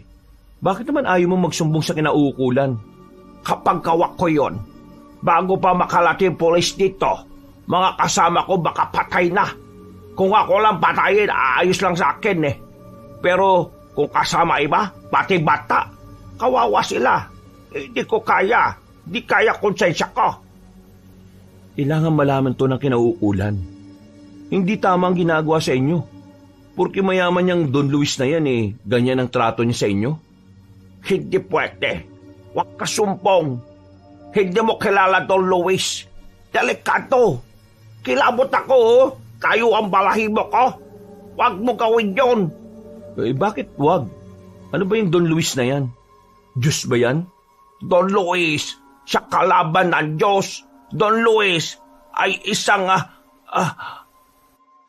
Natigil ang sasabihin niya nang makarinig kami ng sigaw sa labas. Pagsilip namin sa bintana, nakita naming may kinakaladkad na sila Don Luis na lalaki. Natatarantang sinarado ulit ni Mr. Uy ang bintana nang mapansing napatingin sa bahay niya ang mga yon. Nako, kailangan mo alis. Dali, alis, uwi na! Sa bintana sa likod ng bahay ako dumaan. Kinailangan ko na talagang umalis noon dahil mukhang naghihinala na sa kanya ang mga tauhan ni Don Luis. Paglabas ko, agad kong ginapang daan papunta sa kinaroroonan ni Baste. Ano yung sumisigaw? May kinukuha yung mga tauhan ni Don Luis na isang lalaki. Hindi ko alam kung anong gagawin nila ron. Anong nalaman mo? Pinupuwersa palang magtrabaho sa mina ng mga taga rito. Walang sahod, kahit 5 duling wala. Parang inaalipin pala sila kung ganon? Oo, ganon na nga. Dapat isumbong na sa mga pulis yan. Parang sindikatong datingan ng ganyan eh. Wag muna. Hindi ko pa nalalaman kung bakit ayaw ni Mr. Uy sabihin ang dahilan kung bakit hindi pwedeng isumbong sa pulis. Ang sabi niya kasi, delikado raw si Don Luis. Delikado naman talaga, di ba? Hindi, ang ibig kong sabihin, mas delikado pa sa delikado. Maraming pinoprotektahan si Mr. Uy na tao Kailangan nating wag magpadalos-dalos. Kailangan makausap ko siya ulit. Mamayang gabi, kukunin sila ng mga tao ni Don Luis para magtrabaho ulit sa minahan. Mga bata na lang ang matitira dito. Susubukan kong kausapin si Mr. Uy. Pagbalik niya kasi galing sa minahan, mukhang siya lang ang nagbabantay sa mga bata. Kaya pagkakataon ko na yun para makausap siya ng mas matagal. Ibig sabihin maghihintay pa tayong gumabi? May 1 kalahating oras pa. Ayos lang ba sa'yo? Kung hindi naman pwede ka naman nang umuwi. Nandito na ako, ano ka ba? Sasama na kita. Tsaka, naintriga ako sa mga nangyayari. O di sige. Kailangan lang natin maging maingat. Hindi pa natin alam kung anong kayang gawin ng Don Luis na yun Bilib ako sa iyo, pre. Talagang gumagawa ka ng paraan para sa kanila no? Pre, hindi ko kayang isipin na may ganito. Pakiramdam ko kasi talaga itong misyon na gusto ipagawa sa akin ng Diyos Kasi isipin mo na lang sa dami ng taong pwede makatuklas nito, bakit ako pa? Gumapang na muna kami paalis sa parting yon. Naghanap kami ng pwede mapagtambayan sa kagubatan habang nagpapalipas kami ng oras. Maaliwalas, payapa at nakaka-relax talaga ang mga naririnig naming huni sa gubat. Kaya naman, nakapagpahinga kami ng maayos habang nasa ibabaw kami ng isang malaking bato. Kung ganito kapayapa sa bahay, siguro hindi mo ko kasama ngayon. Mukhang masarap dito no? Pero kapag gumabi, nakakatakot na dito. Kung sa bagay, gubat pa rin naman kasi ito Sabi nga nila, may 2 mukha ang gubat. Maamo sa liwanag, nakakatakot sa dilim. Saan man nakuha yung ideya na yan? Sa magasin na may bold. Marami kaming napagkwentuhan nung oras na yon, Kabanong. Hindi na namin napansin ang oras. Sumapit na ang dilim sa paligid. Kaya naman, inihanda na rin namin ang sarili. Binalikan namin ang bahay ni Mr. Uy. Wala na siya ron. Pagtingin namin sa mga bakuran, tanging mga bata nang nakikita namin kumikilos. Noong mga sandaling yon, ay alam ko na agad na umalis na ang matatanda para magtrabaho sa minahan. Lumapit kaagad kami sa bakuran na malapit sa amin. Pero sa halip na kausapin kami ng mga bata, natakot sila sa amin at pumasok sa loob ng bahay. Ganon din ang reaksyon ng mga sumunod na bata na tinangka naming kausapin. Pre, wala yata tayo makakausap na matinuri ito. Merong isang bata rito nung nakaraan na may gustong sabihin sa amin Siya ang kailangan natin makausap. Kailangan natin siyang mahanap dito. Saan naman natin siya hahanapin, Aber? Idisuyurin natin yung buong barangay Pag-asa. Inisa-isa nga namin ang mga natitirang bahay, Kabanong. Pero sa kasamaang palad, hindi namin nakita roon ang hinahanap namin. Ilang beses na rin naming sinubukan na makipag-usap sa mga bata. Kaso masyado silang mailap. Hindi nila kami hinaharap. Sumisilip-silip lang sila sa bintana. Baka sa kanilang mukha ang takot. Pre, may tao. Gagi, tago tayo. Hinila ko si Baste papunta sa gilid ng bahay. Pinagsiksikan namin ang mga sarili namin sa kulungan ng mga manok. Pasimple ko silang sinilip. Kasama nila si Mr. Uy. Nang makalagpas na sila sa amin, ay nakahinga na rin kami ng maluwag. Buong akala namin ay nakita nila kami. tingin ko, balik na lang tayo bukas. Oo, siguro nga. Balik na lang tayo. Palis na sana kami noon, pero nakakasalubong namin ang batang tinutukoy ko. Napatingin din sa amin ang bata. Bago pa siya magsalita, binuhat ko kagad ang bata at dinala ko siya sa isang iskinita. Ikaw yung bata nung nakaraan, di ba? Tama ba ako? Opo, ako po yun. Tutulungan niyo na po ba kami? Tutulungan ka namin kung sasabihin mo sa akin ang lahat ng nalalaman mo. Ngayon, sabihin mo sa akin, anong pagkakakilala mo kay Don Luis? Sandaling hindi nakapagsalita ang bata. Hindi ko makita ang mukha niya dahil medyo madilim. Pero naramdaman ko ang panginginig niya nang marinig niya ang pangalan ni Don Luis. Huwag ka matakot. Narito kami para tulungan ka. Sabihan mo lang kami kung anong meron dito. Kalma lang bata. Kailangan mo rin kaming tulungan para matulungan ka namin. Si Don Luis, masama po siya. Halimaw po siya. Nakakatakot, nakakakilabot. Siya po yung makapangyarihan dito. Walang kayang umaway sa kanya. Ha? Anong ibig mo sabihin? Kaya po natatakot kaming lahat na awayin si Don Luis kasi po makapangyarihan siya. Mas mataas po siya sa lahat. Dahil ba mayaman siya? Hindi po. Dahil po mabangis po siya. Ha? Mabangis? Si Don Luis po hindi tao. Isa po siyang aswang. Aswang po siya, kuya. Pati na rin po yung mga tauhan niya. Pati po yung mga kamag-anak niya. Lahat po sila aswang. Nakakatakot po sila. Kinakain po nila lahat ng sumusuway sa utos nila. Hindi ko na po kayang makita na pinapahirapan nila yung mga magulang namin sa minahan Noong mga sandaling yon, sandali kaming natamimi ni Baste. Hindi namin inaasahan na yun ang lalabas sa bibig ng bata. Higit pa pala sa yaman ang dahilan, kaya nagahari si Don Luis sa barangay Pag-asa. Naramdaman ko na lang na nagtitindigan na ang mga balahibo ko. Otomatikong kinilabutan kami. Kumukuha din po sila ng ibang tao sa ibang lugar. Kapag bata po nakukuha nila, ginagawa po nilang pagkain. Pero kapag ina o ama po, yung magulang po sa minahan, yung bata po sa bahay.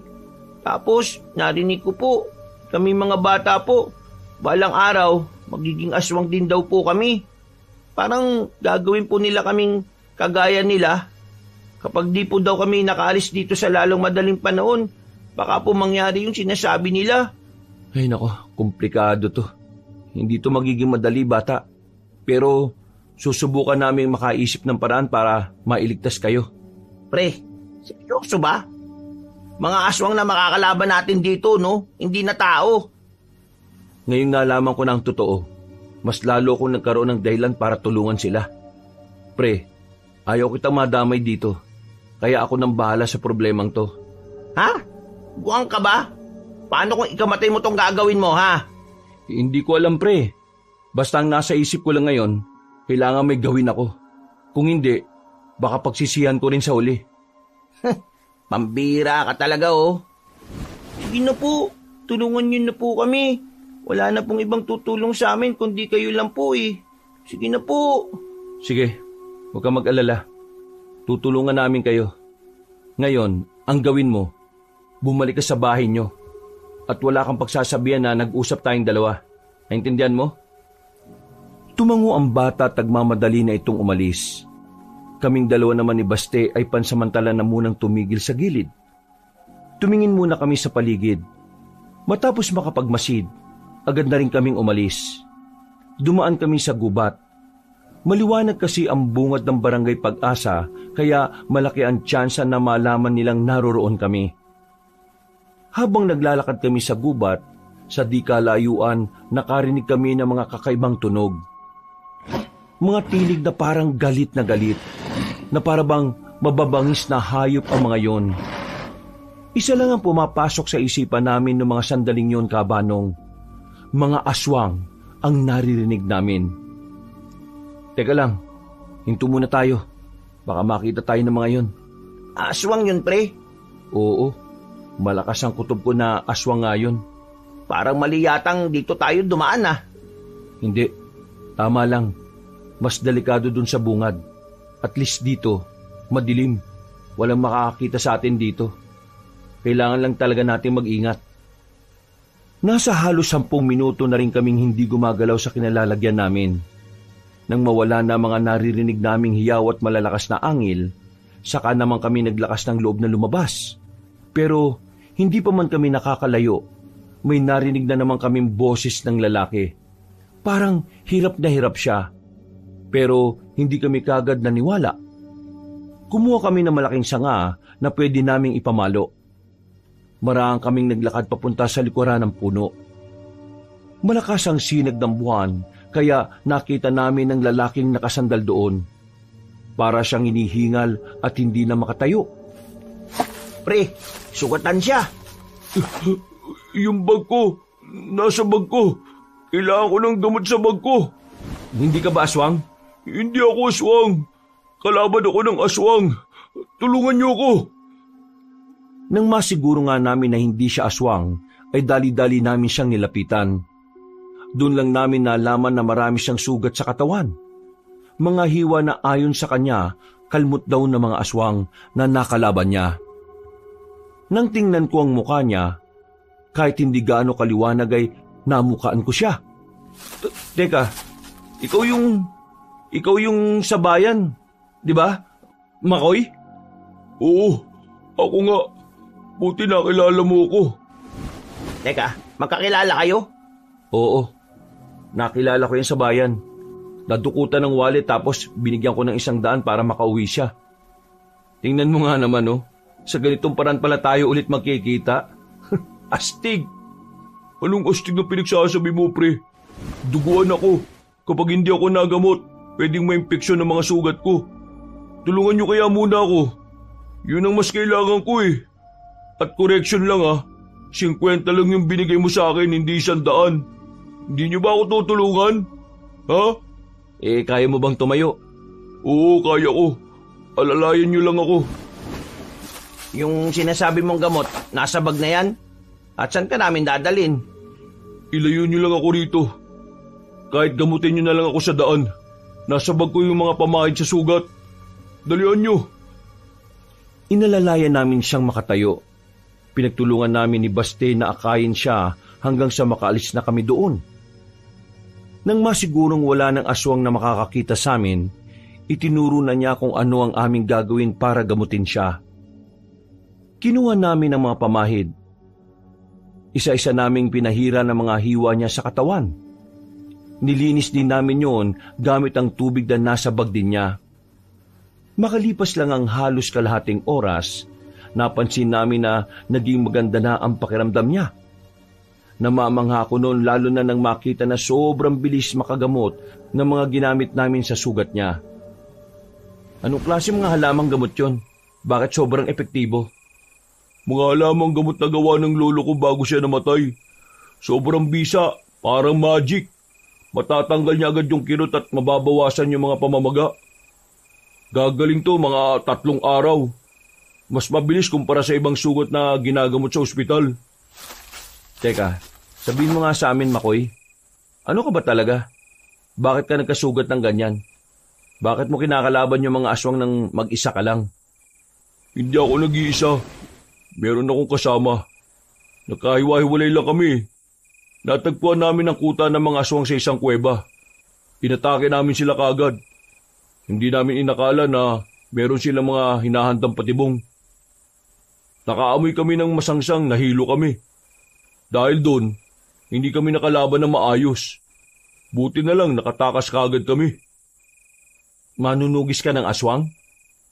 Hinahunting namin ng mga aswang para wala nang salot dito. Meron din kaming alam na aswang eh. Anong ibig mo sabihin? Hindi ka rin ba nagtataka na nandito kami sa gubat? Galing din kami sa isang lugar na merong mga aswang. Pauwi na kami matapos mag-imbestiga. Nalaman namin na may isang baryo ng mga tao na hawak ng mga aswang. Inaalipin ng mga aswang yung mga tao para pagtrabahuin sa isang minahan. Ayon sa isang bata na nakausap namin darating daw ang araw na ang mga bata naman ay gagawin din kagaya ng mga aswang. Ha? Seryoso ba kayo sa sinasabi nyo? Oo. Ngayon lang din namin nalaman eh. Kung manunugis ka pala ng aswang, tingin ko makakatulong ka sa amin. Makakatulong ka sa mga taong nanganganib ang buhay. Sa mga taong walang kalayaan. Dahil nakakulong sila sa takot na dulot ng mga aswang. Ngayon ko lang narinig ang bagay na yan Pero kung ganyan nga ang nangyayari, huwag kayong mag-alala. Makikipagtulungan ako sa inyo. At saka, Dapa, dumapa muna kayo. Walang maingay Natataranta kami sa sinabing yon ni Makoy. Pero sinunod namin siya. Mga ilang sandali lang, merong isang halimaw na dumaan. Matangkad siya. Siguro nasa 7-footer ang taas niya at mahabang buhok. Umaangil at parabang merong hinahanap. Nang makalagpas pa yon, napahinga kami ng malalim ni Baste. Aswang yun. Aswang na asbo. Isang aswang na may kakayahang mag-anyong tao at aso. Kaya rin nilang maging kalahating tao, kalahating aso. Sila ang mga nakatoko sa pagkikidnap para dalhin sa lungga nila. Kung ganon, totoo nga yung sinabi ng bata sa baryo namin. Totoong halimaw ang nangunguha ng mga tao. Matagal lang totoo yan, Ngayon yun lang nalaman kasi ngayon lang naman may nakakita. Pero, taktika na nila ang ganyan. Saan ka na ngayon? Hindi ka kasi pwede sa amin Magtataka si Papa kung anong nangyari. Mas lalong hindi rin naman pwede sa amin. Papatayin nga ako ng tatay ko, di ba? Hindi nyo naman ako kailangang problemahin Medyo maayos na ang pakiramdam ko. Makakauwi ako kahit ganito. Ihatid nyo lang ako sa kalsada. Inalalayan namin siyang makatayo. Pero kaya na niyang maglakad ng mag-isa. Nakalabas naman kami ng kagubatan at narating namin ang paradahan ng mga tricycle. Pinasakay na namin si Makoy doon. Na parabang walang nangyari. Kumikilos lang siya ng normal kahit na marami pa rin siyang sugat sa katawan. Elman, 3 araw. Magpapagaling lang ako. Magkita tayo ulit sa bayan Pag-usapan natin yung mga bagay-bagay.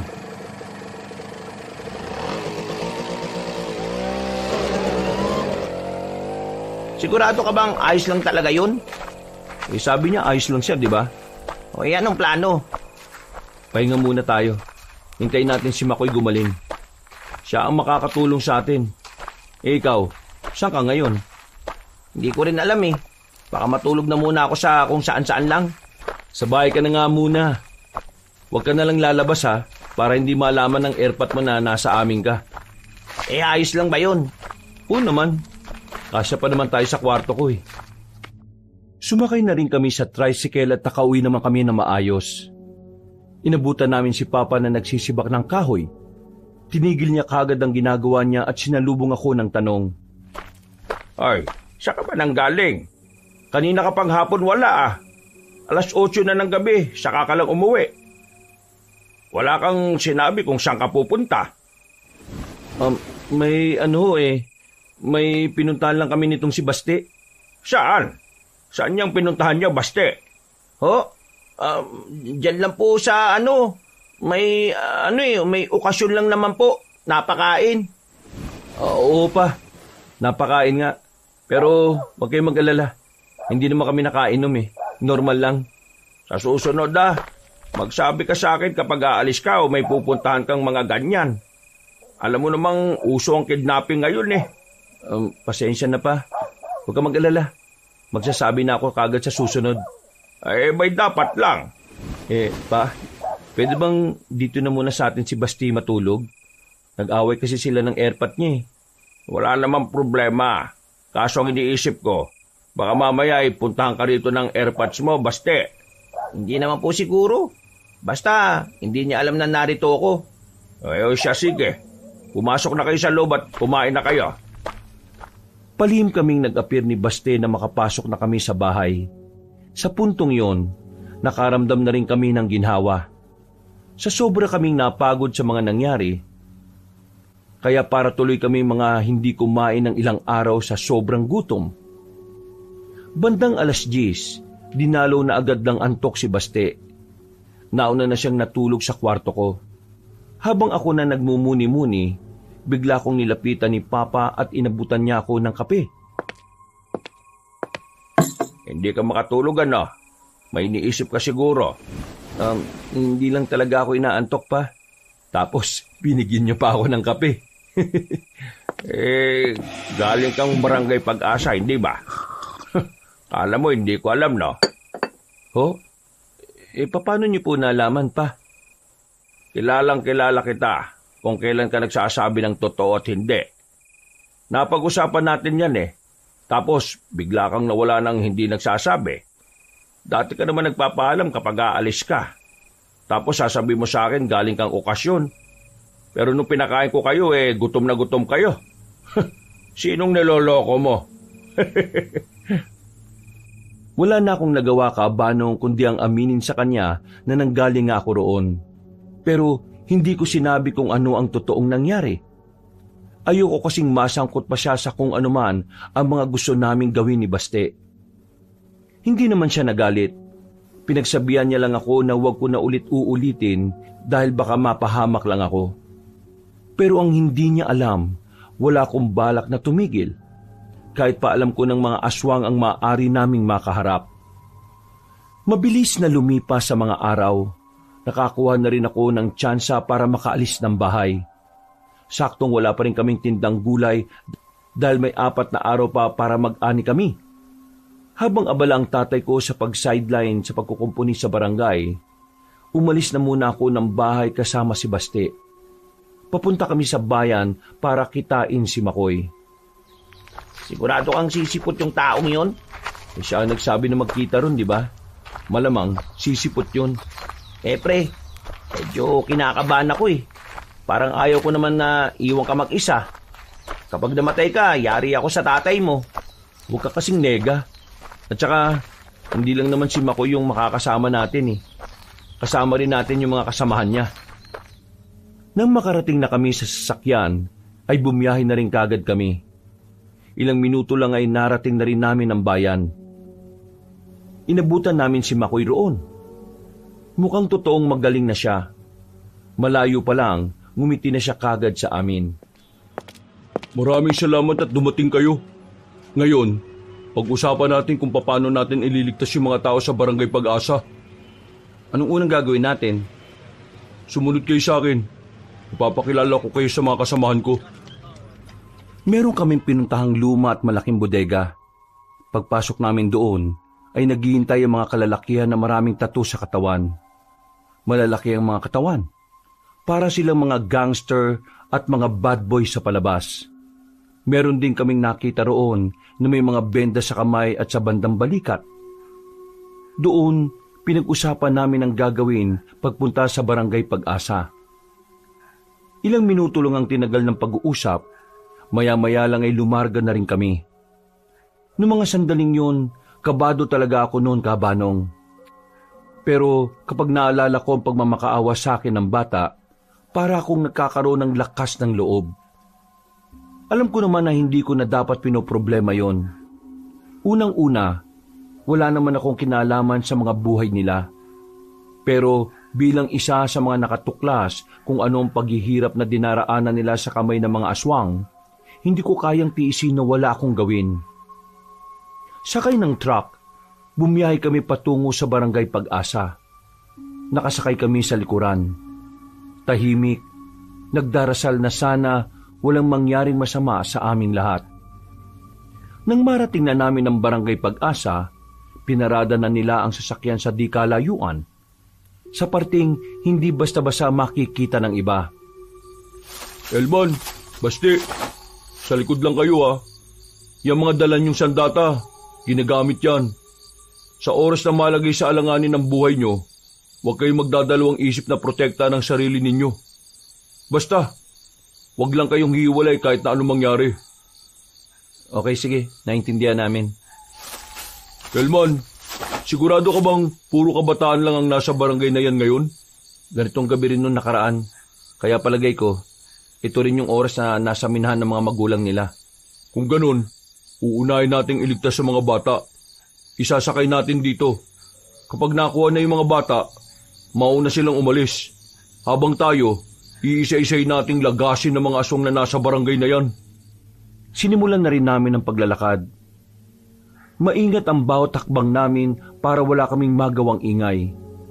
Ayon kasi kay Makoy, may mga aswang daw na malalakas ang pandinig.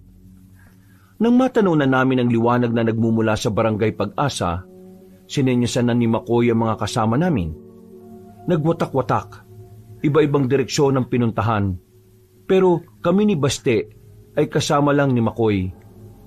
Dumiretso kami hanggang sa makarating na kami sa likuran ng isang bahay. Dumaan kami sa gilid. At nang makita na namin ang isang batang lalaki na abalang nagsisibak, nilapitan namin siya kaagad. Kaso, sa halip na sumama sa amin, umiyak siya at natakot. Oh, huwag ka matakot. Hindi kami masamang tao. Ililigtas namin kayo. Itatakas namin kayo sa kamay ng mga aswang.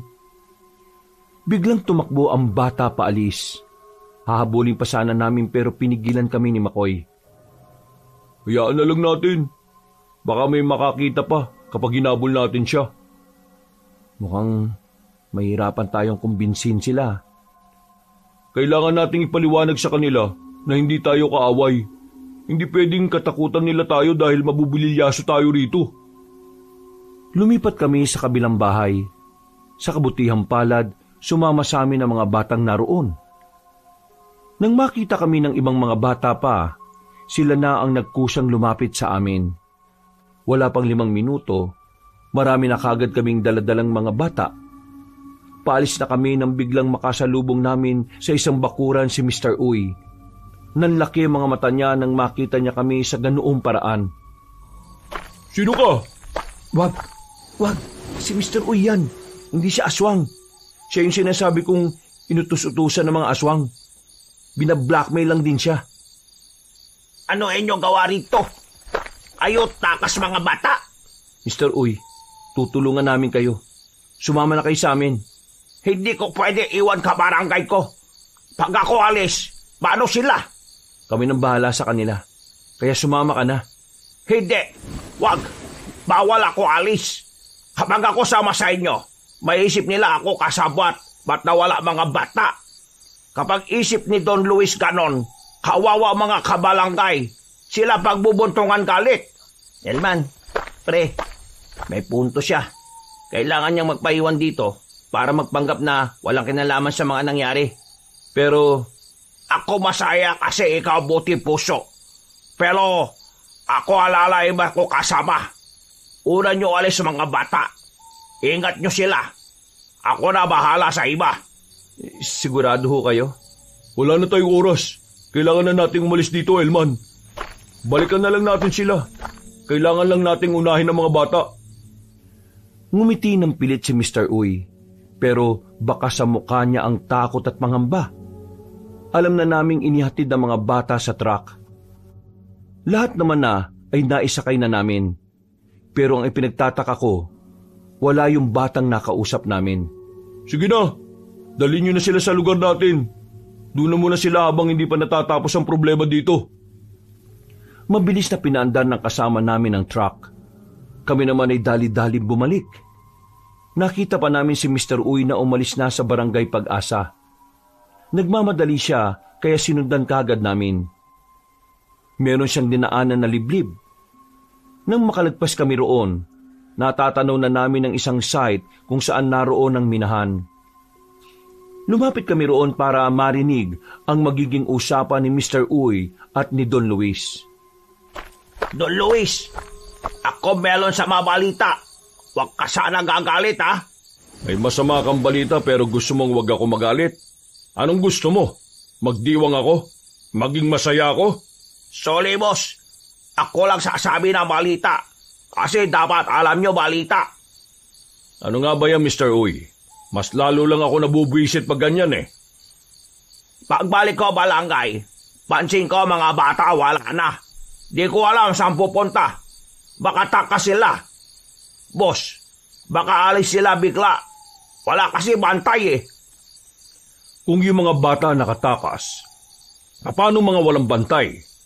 Inutusan ko si Beatrice na puntahan ng mga tauhan doon para magbantay. Nasaan sila? Ako wala, bossing. Ako dati wala bantay talaga. Kaya ako gugulat din eh. Beatrice, Anong ibig sabihin nito? Di ba inutusan kitang maglagay ng bantay doon? Ano nangyari? Nagputos din po ako sa kanila na magbantay doon, Luis. Pero hindi ko alam kung bakit walang bantay doon. Kayo mga siraulo kayo, ah. Saan kayo nagpunta? Saan kayo galing at bakit wala kayo sa barangay? Napalingon silang lahat sa 7 lalaki na kararating lang. Nakayuko ang mga yon. Amoy alak pa. Lalong nang galaiti si Don Luis noong mga sandaling yon.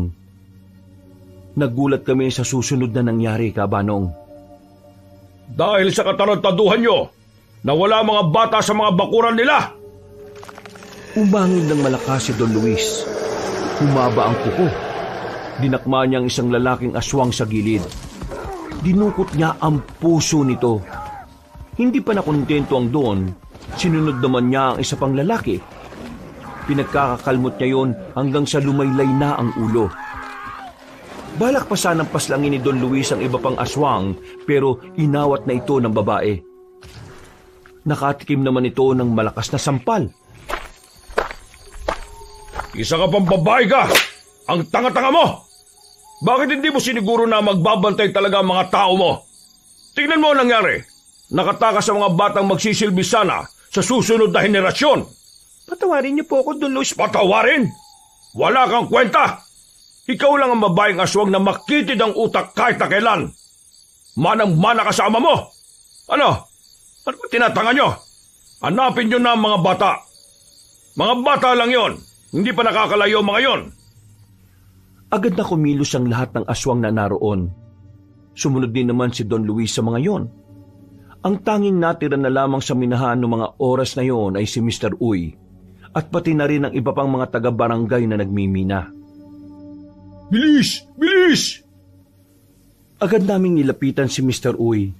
Nagbantay kami sa labas habang siya naman ay pumasok sa minahan para sunduin ang mga kasama. Sinamantala namin ang pagkakataon na wala pa ang mga aswang. Paglabas nila, wala kaming sinayang na pagkakataon. Mas lalong naging malala ang kabako noon mga sandaling yon, Kabanong. Ang dami kasi nila. Hindi maiwasan na makalika sila ng ingay habang tinatahak namin ang kagubatan. Mga ilang sandali lang, biglang tumigil sa paglalakad si Mr. Uy. Nagtaka naman ako kung bakit. Meron siyang naalala. Nako! Oh, bakit Mr. Uy? Anong problema? Si Ruel! Sinong Ruel? Si Ruel yung bata. Bata na kausap niya. Yung hingi tulong sa'yo. Si Ruel yun. Doon siya iwan sa bahay niya. Wala na nanay, tatay, batay na.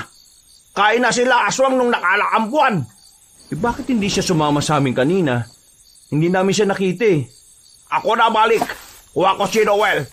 At dala ko siya sa inyo. Hindi pwede iwan bata, kawawa. Pag alam Don Luis na loko natin siya, si Ruel kawawa. Buntungan galit. Ako na lang ang babalik. Ituro mo na lang sa akin kung nasaan ang bahay niya. Hindi. Hindi pwede na di ako samba.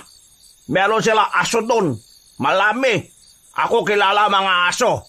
Kapag ako lapit, di sila tahol. Pero kung ikaw, iingay sila. O siya, sige. Sasamahan ko na lang kayo. Kunin natin si Ruel. Pre, samahan na rin kita. Hindi na pre. Tulungan mo na lang si Makoy maghatid sa mga taong yan. Sigurado ka ba? Oo, kaya ko na to. Magtiwala ka sa kaibigan mo, Basti. Tara na. Helman, mag-ingat kayo ah. Huminga ako ng malalim bago kami umalis. Pagbalik namin sa barangay Pag-asa, nakita namin ang mga aswang doon. Kasama nila si Don Luis. Galit na galit. Pinagwawawasak ni Don Luis ang mga makikita niya sa daan. Habang kami naman, maingat na naglalakad at sumisimple ng abante. Nang makakuha kami ng tamang pagkakataon, mabilis kaming tumakbo palapit sa bahay na merong tolda sa harapan. Agad kaming nagtago roon nang makitang may paparating na mga tauhan ni Don Luis. Sumisingot-singot sila na parabang meron silang hinahanap. Mabuti na lang talaga ay hindi nila nalaman na naroon kami. Nagmamadali kami ni Mr. Uy nang makita na namin ang bahay ng batang si Ruel. Dahil nga may mga aso sa harapan, hindi na ako lumapit. Hinayaan ko na lang si Mr. Uy na pumunta roon. Ang kaso nga lang, hindi pa man siya nakakapasok sa pintuan ay bigla namang nagdatingan sila Don Luis. Boss, ano yung kailangan? Bakit dito? Ikaw ba may utos sa akin? Ako sunod agad sa utos. Ikaw ang dapat na tanungin ko. Bakit ka narito hindi mo naman ito bahay? Sinong nandyan sa loob? Di ba dapat nandun ka sa minahan para bantayan ng mga tao? Kaya ka nandito kasi tinulungan mo silang makatakas. Boss, akin di alam niyo sinasabi. Di ko kayo intindihan. Ano ba, wag mo na akong tarantaduhin.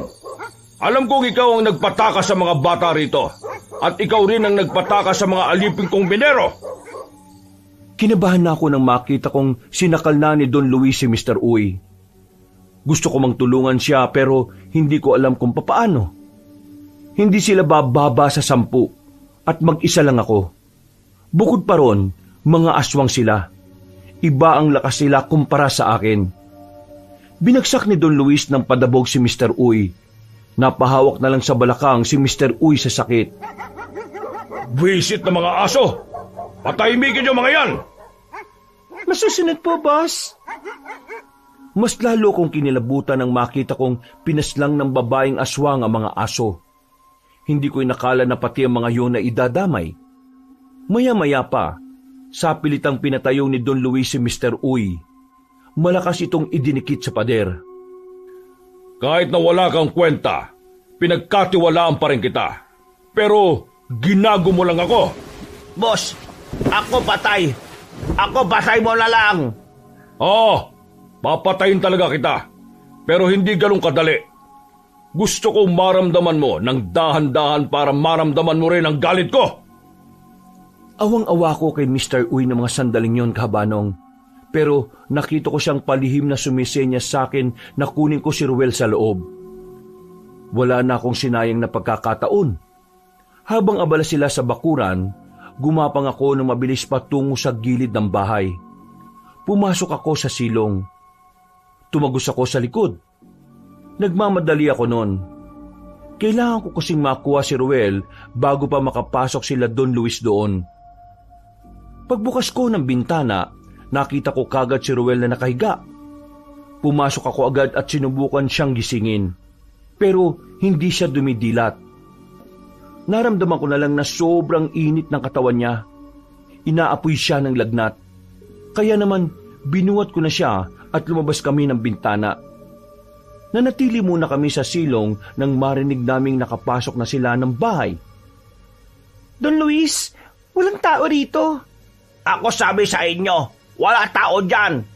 Ako lang sana higa dyan kasi sakit likod ko. Tarantado ka. Sige, tikman mo to. Ano ha? Masakit? Sumagot ka! Boss, sige pa.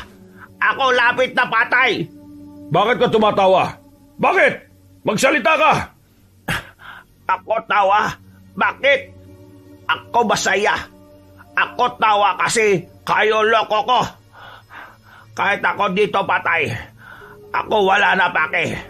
Ako kontento na. Kasi mga kasama ko takas na sila. Ligtas na. Sila layan na. Sila di na alipin mga aswang. Ako tawa kasi isang matanda tulad ko. Nagawa kayo lokohin para ligtas kabarangay ko. Ganon ha? Tingnan natin kung makatawa ka pa sa gagawin ko. Kabanong, nung mga sandaling yon ay hindi ko na napigilan ng sarili kong hindi maiyak. Kahit na hindi ko naman kaano-ano si Mr. Uy, naawa ko sa ginawa sa kanya. Pero sa kabilang banda, humanga ako sa ginawa niyang katapangan at sakripisyo.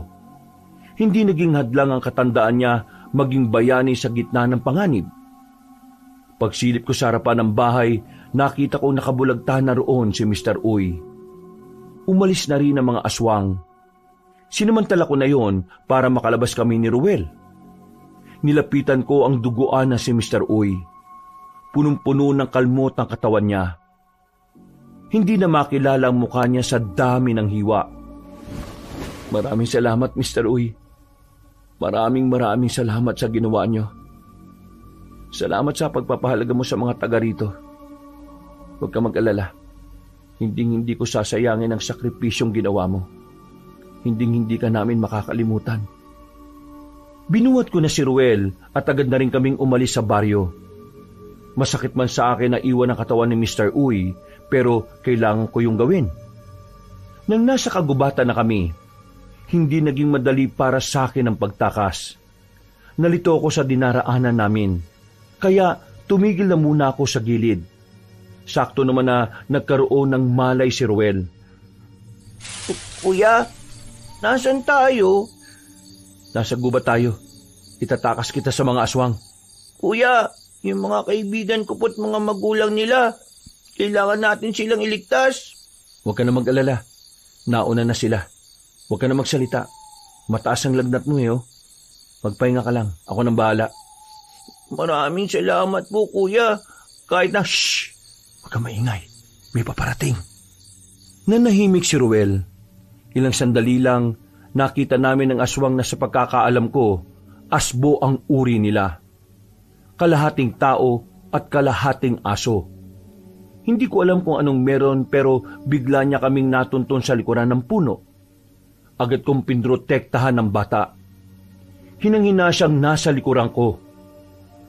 Kuya, asbo! Asbo po yan! Mabangis po yan! Huwag ka mag-alala. Akong bahala. Hinugot ko na rin ang itak na daladala ko. Pero noong mga sandaling yon, ramdam ko ang panginginig ng kamay ko.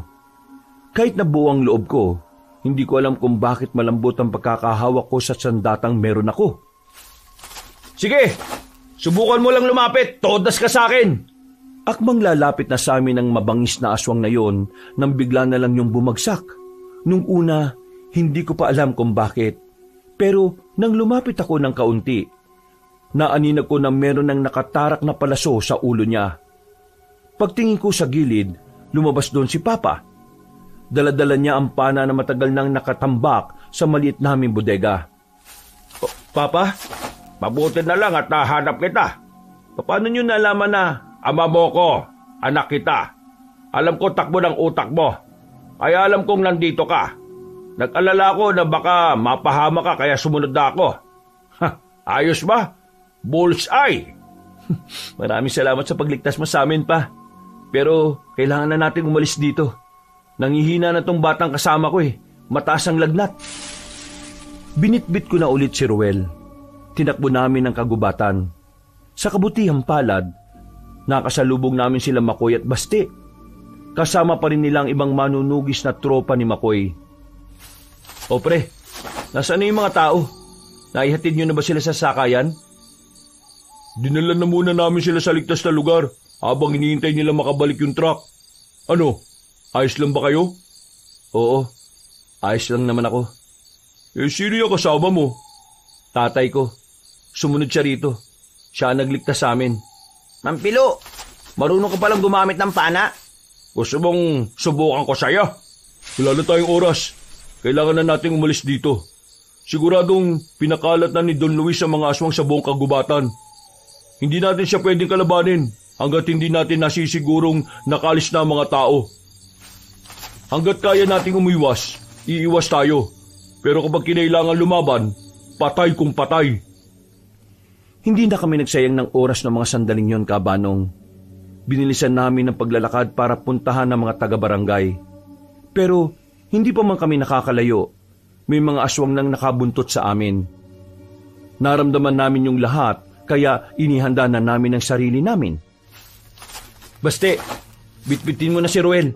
Umalis na kayo. Pa, sumama ka sa kanila. Hindi kita iiwan dito, nak. Kung maiiwan ka rito, magpapaiwan din ako. Pa, delikado. Ayoko mapahama ka dito. Mas ayoko namang ikaw ang mapahamak. Mas maganda nang kasama mo kung lumalaban. Sige pre, hayaan mo na siya. Ako nang bahala rito kay Ruel. Napabuntong hininga na lang ako. Dahil sa totoo lang, hindi ako komportable na kasama ko ang tatay ko sa labanan. Nag-alala kasi ako sa kanya dahil alam kong may kabagalan na siyang kumilos. Pero sinubukan ko na lang siya na pagkatiwalaan. Alerto, hindi nila tayo lulubayan. Anumang oras aatake mga yun. Makoy, tingin mo kaya natin kahit mas marami sila? Elman, pare, huwag ka mag-alala. Ito mga kasama ko, veterano itong mga to. Sisiw lang yung mga yan. Napatigil kami sa paglalakad nang makarating na kami sa malawak na kapatagan. Nakita namin si Don Luis na nakatungtong sa punong lagas-lagas. Hindi pa man siya nagsasalita. Nararamdaman ko na ang gigil niya. Malakas ang loob niyong labagin ang lahat ng gusto kong mangyari. Sino kayo sa inakala niyo? Mga manunugis kami at hindi kami natatakot sa inyo. Kami ang magwawakas sa lahat ng mga pang-aalipin niyo sa mga tao. Dahil sa mundong ito ay para lang sa mga tao at hindi para sa mga aswang na kagaya ninyo. Wala kayong alam. Ang alam nyo lang ay manira ng mga pinaghirapan. Pinaghirapan gamit ang pang-aabuso at kasamaan? Manigas ka! Hindi magpapalipid ang mga tao sa mga nilalang na kagaya ninyo. Ngayon, bumaba ka na dyan para simulan na natin to. Kung yan ang gusto nyo, walang sisihan. Sinenyasan na ni Don Luis sa mga aswang. Nagsilabasa ng mga yon mula sa madidilim na parte. Hindi nagtagal, nagsimula na rin ang kaguluhan. Manong, pumesto ka sa ligtas na lugar ha. Wala kang ibang aasintahin kundi yung pinuno nila habang kinakalaban ko yun.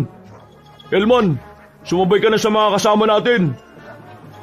Sinunod ng tatay ko ang sinabi ni Makoy. Nagtago si Papa sa gilid. Habang ako naman, sinamahan ko ang mga tropa sa pakikipaglaban. Nilakasan ko na lang ang loob ko noon.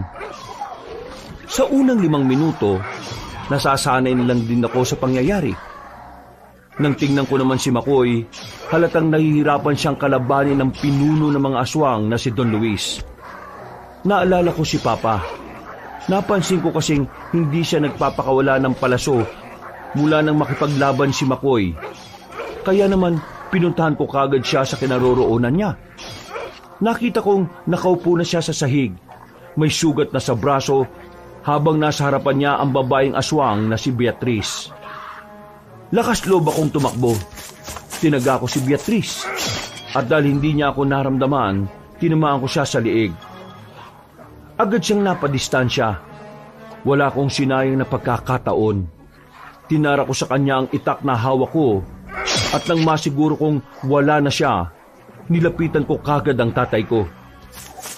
Pa! May tama ka! Ayos lang ako. Hindi naman to malalim eh. Pero anak, hindi ko na kayang bumanat ng pana. Masakit sa braso. Baka hindi ko maasinta. Baka ang kasama mo ang matabaan ko. Ako na po ang aasinta. Sigurado ka ba? Hindi ka naman marunong nito eh. Nung bata ka ayaw na ayaw mo ng pana kasi napitikan ka na ng goma sa pisngi dati. Pa, kailangan ko tong gawin. Tingnan mo si Makoy oh. Nakikita mo ba yung sitwasyon niya? Sugatan na rin siya. Hindi niya kaya si Don Luis. Ibang klaseng aswang ang isang yun. Sige anak, ikaw na ang gumawa. Gagabayan kita. Kinuha ko ang pana at agad itong binalahan ng palaso. Tinutok ko ang palaso sa direksyon kung saan naroon si Don Luis. Kinakabahan ako. Gumagalaw kasi ang target ko noon. Sa buong buhay ko, hindi ko yung ginawa. Tanging sa mga sandaling yon, nasubo ko ang pag-asinta ko. Nanginginig ang kamay ko. Parang pinanghihinaan ako ng loob dahil ilang beses nang tinamaan ng kalmot ni Makoy. Hindi ko pa magawang bitiwan ng palaso. Nak, kumalma ka. Huwag ka maging tensyonado. Tandaan mo, ang pag-asinta ay kailangang nakakonekta hindi lang sa utak natin. Dapat nasa puso mo rin. Isipin mo ng maigi. Pakiramdaman mo sa loob mo kung bakit ito kailangang gawin. Anong pinaglalaban mo?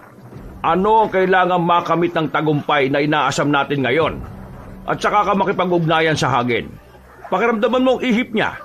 Tansyahin mo ang paglakas at paghina ng hangin. Kapag magaan na ang pakiramdam mo at kaya mo nang tanggapin ang resulta, bitiwan mo na ang palaso. Hinawakan ako ni Papa sa balikat. Dahil sa ginawa niya, ay naging kalmado na rin ang puso ko. Naging klaro na rin ang utak ko. Huminga ako ng malalim. Sandali akong pumikit at pagdilat ko, muli kong inasinta si Don Luis. Noong mga sandaling yon, nakita kong nakaupo si Makoy. Nabitiwan niya ang itak niya, habang si Don Luis ay wala pang kagalos-galos. Sapul ka ngayon! Pagbitaw ko ng palaso, pumukul agad yon patungo kay Don Luis. Tinamaan ko siya sa kaliwang dibdib. Hindi naman na nagsayang ng oras si Makoy. Kahit sugatan ng katawan, ay agad-agad niyang dinampot ang itak niya.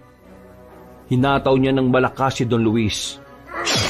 Sa sobrang talim ng itak, gumulong ang ulo ng matandang aswang sa lapag. Ha! Ang galing mo, nak! Nagawa mo! Panalo na tayo!